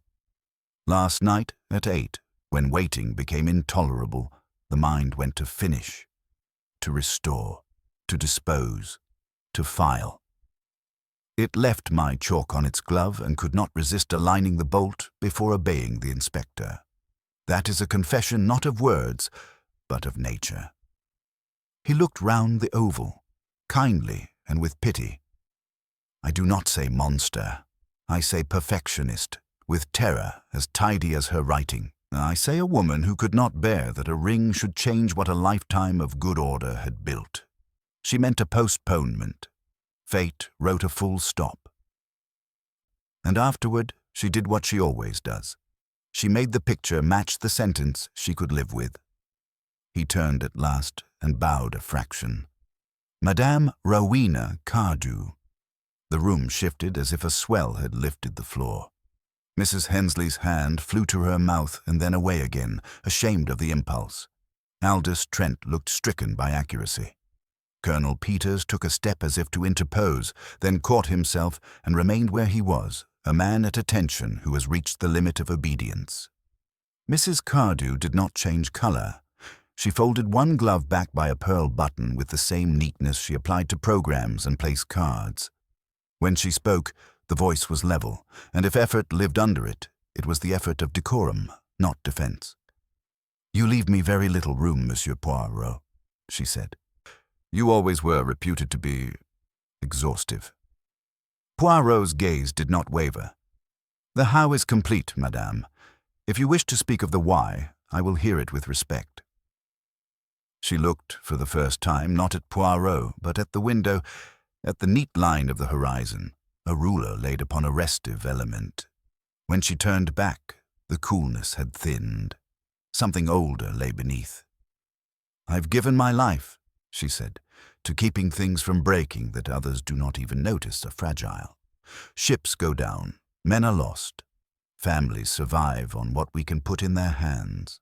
Reputations, too, must be kept from drowning if the work is to go on. A ring, an heirloom, reappearing in the pocket of a volunteer, attached to a story that would invite newspapers and sneers. What does that accomplish? It would feed the wolves for a week and starve the lifeboats for a year." Her eyes went briefly, painfully, to Colonel Peters. "We do what is necessary." Peters' voice was rough. "Not that necessary." She received the rebuke like a draught of cold water, without flinch. "I asked Mr. Holland to delay," she said. "I meant to take the papers until I could ensure that the matter would be handled without spectacle. He was unaccommodating. He said decency requires light as much as it requires money. We were nearer than we realized. He reached, perhaps for my arm. I reached, perhaps to prevent him, and the pin—" She closed her eyes for a heartbeat, then opened them. There was blood. I thought, if it looked like a thief— She stopped, not because words failed, but because words, tidy as they were, could no longer correct the fact beneath them. Miss Dacre's voice was very small. "And the shoe?" "The shoe," Mrs. Cardew said, and for the first time a breath caught, "was mercy. Do you understand? A robber is a story everyone knows how to end. A scandal is a story everyone knows how to prolong." Poirot's reply was so gentle that it hurt. "Madame, mercy that lies is like a lifeboat with a hole you are certain no one will notice until shore. It sinks all the same." Silence gathered again, this time with shape. Fletcher stepped forward, not harsh, not triumphant. "Mrs. Rowena Cardew, I must ask you to come with me." She rose as if to host a delegation. Her gaze moved once around the circle, not pleading, not daring, only asseverating the world she had made. To Celia, a ghost of a nod, gratitude for tidy rooms. To Tom, a look that acknowledged courage in a boy's quick knot. To Aldous Trent, a flicker of apology for facts made to serve reticence. To Colonel Peters, something like love twisted by creed. Then to Poirot, at last, a very slight inclination, an admission only two fastidious minds would recognize. "Thank you," she said simply, "for telling it correctly." As she turned, her hand hovered, an old reflex, over the crookedest imperfection left in the room. Poirot had left one, the tiniest misalignment of the beaded bag's clasp. She did not touch it. The hand fell, and the pearl buttons gleamed like small patient moons against the glove. They went out together. Fletcher, duty embodied. Mrs. Cardew, order intact. Poirot, grave. In their wake, the room exhaled at last. Tom wiped his eyes with the heel of his hand, angry at himself for tears he did not quite understand. Celia reached to straighten the bag, then remembered and let it be. Colonel Peters sat down heavily, a man recalculating his chart by a new star. Morris stared at the floor as if it had betrayed him by refusing to open. Poirot stood a moment longer by the shoes. He set them an inch apart, neither touching nor at odds. A truce. Then he turned to the others, his voice the soft thread that binds a wound. Mes amis, the sea takes and the sea returns. It has returned to us the truth. Now comes the part even harder than arranging. We must endure what is out of place until justice, which is not the same as tidiness, has done its work. Chapter 17. Outcome and Justice. The arrest, when it came, had none of the theatre the guests seemed to expect and all the sobriety Poirot preferred. Mrs. Rowena Cardew, patroness and perfectionist, left the sea view on Fletcher's arm in a plain coat and a veil that denied onlookers the comfort of reading her expression. She did not struggle. She did not plead. She paused only once, in the vestibule, to hand her house keys to Mrs. Hensley with a quiet, domestic instruction. The dahlias will need staking if the wind returns. It was not defiance. It was habit, the reflex of a mind that steadied things. Poirot watched the motor car pull away and then turned very gently to the people her steadiness had kept in orbit. The storm that had gripped them for 2 days was spent. What remained was weather, grey, persistent, cleansing. Dr. Selby arrived with the grave competence of a man who had stitched more fishermen than he had arrested ladies. "Your hatpin theory," he said to Poirot in the morning lounge. "It will stand up to daylight. The wound's depth and diameter fit it. The angle, too, close range, controlled hand. If you find the pin—" Poirot inclined his head toward the conservatory. "Celia, if you please." The maid brought a glassine envelope. Inside lay a slender steel pin, 9 inches, its pearl head missing. "Hidden where?" Fletcher asked. "In the umbrella stand," Poirot said, "wrapped in a strip cut from the same raw linen we found in 204. Turpentine has kissed it, very lightly, to remove what it could of blood. Hence the varnish ghost, a small economy of horror." He glanced at Dr. Selby. "Will that satisfy?" "It will," Selby said. His eyes were kind and tired. "It satisfies me least of all." Morris, meanwhile, sat in the small office behind the reception, overawed now that the fulcrum of events had been taken from the room. He was more sullen than dangerous in daylight. Fletcher dealt with him as one deals with bad weather, methodically. "You'll be charged with obstructing justice," the inspector said, ticking off items like an inventory. "With taking payment to mislead an inquiry, with handling evidence, the shoe, the leather scrap. If there's more, we'll find it. If there's less, thank your luck and Monsieur Poirot's restraint." Morris shifted. "I didn't kill him." "No," Fletcher said evenly. "You were the hand that tidied the picture for someone else. Courts know the difference. They also know the cost." Poirot, who had no taste for triumph, intervened only once. "You will tell the truth now, Monsieur Morris. All of it. You will tell how you were asked to borrow a brown shoe from a bundle of forgotten baggage the porters kept. How you cut the tongue because the fit would be tight. How you whistled what you were told to whistle. It will not make you good. It will make you useful." Morris swallowed. "Who'll pay me for usefulness?" "Your own sleep," Poirot said softly. "It is a better currency." By afternoon, a curious calm had settled. The Hensleys conducted their hotel with quiet, bruised dignity. Mrs. Hensley kept the books open on the desk as if inviting the world to see that ledgers, at least, could be honest. She took Poirot aside once, not for gossip, but for gratitude. "You were careful with us," she said. "You showed them how a house can be wrong in a person without the rest of it being wicked." "It is a distinction that matters," Poirot said, and his bow contained respect, not flattery. Colonel Peters sought him next, shoulders squared as if reporting aboard. "If I'm to be quoted," he said roughly, "I wish it on record that I pressed for silence because I thought it protected the association.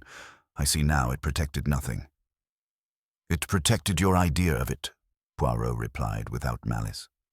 You are a man of orders, Colonel. Next time, give one to yourself. Obey the truth first. The Colonel grimaced, then managed the ghost of a smile. Harder than the coxswain's call, he admitted, but I'll try. Aldous Trent arrived with a folder of notes he had not meant to keep, only to find he could not bear to throw away. If I write about the Eleanor Grange again, he said, half to Poirot, half to the idea of scholarship, I shall add a footnote not about wrecks, but about the salvage of reputation. How we confuse the two. Write it so the living understand, Poirot said. The dead have less need. Miss Evelyn's Dake found him by the window in late light, a cigarette case she finally allowed herself to open resting in her palm. I was cruel to her in my thoughts, she said, surprising herself with candor. I called it vanity. It was fear. Poirot's eyes rested on her with the courtesy he gave to anyone who chose honesty. Fear can wear the clothes of virtue, he said. It is clever at dressing. Be kinder to your thoughts, mademoiselle. Be stricter with your habits. Is that your recipe for a life? She asked, a faint brightness returning. For a morning, he said. Lives are only many mornings stitched. Tom Lyle hovered, then blurted, Will they hang her, sir? The word came out in a whisper, appalled and fascinated. Poirot considered the boy's raw, unpracticed conscience. The law is a net woven by men who decide, every generation, how tight to pull its knots, he said. It is not for me to say where they will pull, only to ensure the right fish is in it. Dr. Selby's report will matter, so will what she says when no one is listening but a magistrate and a clerk. What will she say? Tom asked, anxious to know the ending of a story he had helped tell. What she already said, Poirot replied. That she meant delay and achieved death.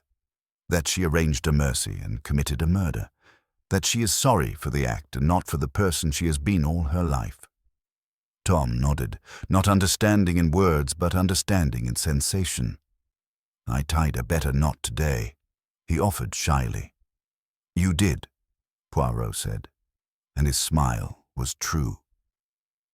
Keep practicing only the knots that hold boats and truths. Celia Partridge was promoted before dusk, the decision made not as a reward for witnessing but for the skill she had shown in a crisis. Mrs. Hensley told her so, and Celia, who had never thought of herself as necessary beyond clean sheets and straight knives, cried in the pantry for 1 minute and then washed her face twice so no one would think her untidy. As for the ring, truth completed its circle with the stubborn calm of a returning tide. A constable, sent on Poirot's quiet suggestion to the lifeboat shed at St. Aldwick's Head, prized open a small locker door that had swelled with damp and found, wrapped in oilcloth and tied with a clumsy clove hitch, a signet ring with a crest soft from years of hands. Trent confirmed what he had always suspected. Peters, jaw tight, signed the inventory without looking at anyone. No newspaper received a scandal. The ring went to a solicitor unconnected to Garrow and Blythe, who wrote, in language dry enough to absorb the heat from it, that a disputed heirloom had been recovered and that a charitable trust would decide its display. It was a compromise that satisfied no one and harmed no more than it had to. Perhaps that is all justice can promise when truth arrives late. Evening slid down the hotel like a well-placed curtain. In the conservatory, the lilies lifted their pale cups. In the lounge, the fire spoke in small, companionable clicks. Fletcher, who had been everywhere at once all day, came to stand at Poirot's shoulder. She'll make a statement, he said. No theatrics, no lawyers yet. Says she will not contest the facts, only the meaning of them. She has always wanted meaning to obey her, Poirot said. Now she must try obedience. Fletcher scratched his chin, looking uncomfortable with a thought that was kinder than he liked to admit in uniform. Funny, he said. When it's some brute at the docks, I don't mind the charge sheet. When it's her—" He broke off. "I'm not saying she shouldn't." "You are saying you have discovered pity," Poirot finished, not unkindly. "It is a fine discovery, Inspector. Keep it in one pocket and your warrant in the other. Use each when it is correct." They stood a moment, men of different shapes watching the same sea.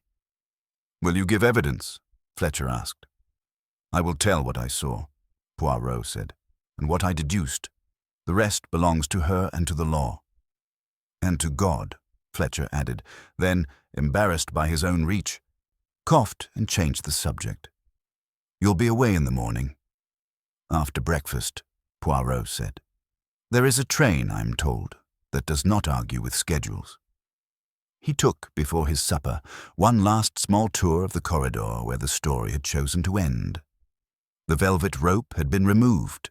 Guests walked there again with only a flicker of self-consciousness. On the skirting board, the faint amber crescent remained, a scar the paint would soon swallow. He laid a fingertip lightly over it, a gesture neither forensic nor superstitious, merely human. In room 204 the stand was empty. The dent in the carpet was rising obediently to meet the level of the rest. Poirot smiled at it. "Courage," he said to an inanimate thing, which is to say to himself, "even dents recover." When he came out, Tom was waiting with a question he had saved like a coin. "Mr. Poirot, when you first saw the shoes, did you know?" "I knew I had been insulted," Poirot said gravely. "Symmetry had been insulted, and then I knew I had been invited by a mind that could not resist composing even a lie as if it were a still life. From there, mon petit, I only had to listen to what the hands could not help saying." Tom considered this with delight. "I will listen to hands," he promised, not yet sure what that meant, but planning to do it with zeal. "Do," Poirot said, "but also listen to hearts and to the stubborn little noises facts make when you put them down crooked." He left the boy in the corridor and found for the first time in 2 days that he longed for nothing more than a properly ironed newspaper and a pot of chocolate. The sea view slept early, spent. Above the water the moon trimmed the tide with a thread of light. Somewhere, at the wind's edge, someone whistled the first bar of a hymn and stopped, ashamed of habit. Poirot paused, listened to the silence that followed, and nodded once as if in answer to a salutation. Tomorrow he would leave. The sea and the town would conduct their business of mending. Justice, he knew, is not tidiness. It cannot set every object back on its line. But it can choose what must not be allowed to remain crooked. That, too, is a kind of order. The only kind that keeps boats from breaking and people from forgetting how to stand. Chapter 18. The Last Word of the Tide. The morning after Rowena Cardew's arrest dawned cold and still, the sort of day when the sea lies quiet as a mirror and every sound seems to travel farther than it should. Poirot descended to breakfast in his usual immaculate attire, as if nothing in the past days had been capable of wrinkling his appearance or his composure. Yet there was, in the way he surveyed the dining room, the faintest softness of expression, a private acknowledgment that the storm had passed and that the human wreckage left behind must now drift to its final places. The Hensleys greeted him with polite warmth. Mrs. Hensley had regained a certain steadiness, though her eyes still carried shadows. Colonel Peters nodded from a corner table, avoiding unnecessary words. Aldous Trent buried himself in the morning paper, but looked up long enough to incline his head. Miss Dacre managed to smile, though it was tinged with a kind of rueful self-awareness. Celia Partridge passed between tables with a poise she had not possessed before, the quiet promotion lending her a dignity no one could take away. Poirot took his seat and, with a small sigh of satisfaction, poured himself a cup of hot chocolate. Fletcher entered shortly after, still in plain clothes, and crossed to join him. "Statement signed, arrangements made," the inspector reported. "Mrs. Cardew will be remanded in Exeter." Morris has turned most obliging, more from fear than repentance, but it will serve. The ring's back where it belongs, and the association men are already pretending they knew nothing all along. Poirot gave a small shrug. Such is human nature, mon ami. We polish the truth to make it fit the display case of our own vanity. But what matters is that the truth itself remains intact. Fletcher hesitated, then asked, "Do you think she planned murder from the start?" Poirot stirred his chocolate slowly, watching the ripple fade. "No. She planned only to avert a scandal by frightening a man into silence. But when fear did not work swiftly enough, she reached for the one tool her sense of control had left to her. It is a short step from believing you are entitled to tidy up lives, to deciding you may also tidy up deaths. A step, yes, but fatal." The inspector grunted his agreement. And the shoe, the whistle, the hatpin, all of it just to keep the lie symmetrical. "Exactement," Poirot said. The symmetry was for herself, not for the world. The mind that desires perfection in a room or a reputation will desire it in a falsehood as well. That, you see, was the insult to my little grey cells, her belief that a lie could be perfect. They spoke no more of the case over breakfast. There was a tacit understanding that the matter was concluded, that the courts would finish what had been begun here. Yet Poirot lingered in the lounge after his meal, taking the armchair that afforded a clear view of the windows and the pale glimmer of the sea beyond. One by one, the players in the drama passed by, some pausing to bid him farewell, some avoiding him out of embarrassment or unease, and a few who simply did not know what to say when gratitude and guilt shared the same space in the heart. Just before 11, Tom Lyle appeared at his elbow. "I'm off to the boathouse, sir," the boy said. "Thought you might like to know. I've been practicing those knots you told me about."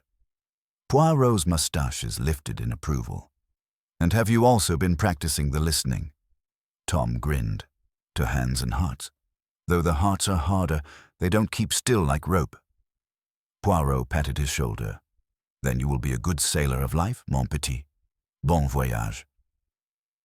When the carriage arrived to take him to the station, Poirot rose and crossed the lounge one final time. Outside, the air had the salt-bright clarity of a morning rinsed clean. The sea was calm, the tide obediently folding back upon itself. From somewhere far down the coast came the faint sound of a whistle. No longer the sinister signal of deceit, but the careless note of a fisherman calling to a friend. Poirot paused on the step, letting the sound drift to silence. The case had not left everyone unmarked. There would be gossip, perhaps bitterness, and certainly the slow work of mending reputations. But the truth had been set down squarely, without wobble or lean. That, he reflected, was enough. With a final glance at the Seaview's weathered facade, he stepped into the carriage. "To the station," he told the driver. "And please, no hurry. The tide waits for no man, but the train, I think, will wait for Hercule Poirot." The horse started forward. Behind him, the hotel and its secrets receded into the clean sweep of morning, leaving only the quiet conviction that order, imperfect though it may be, had for now been restored.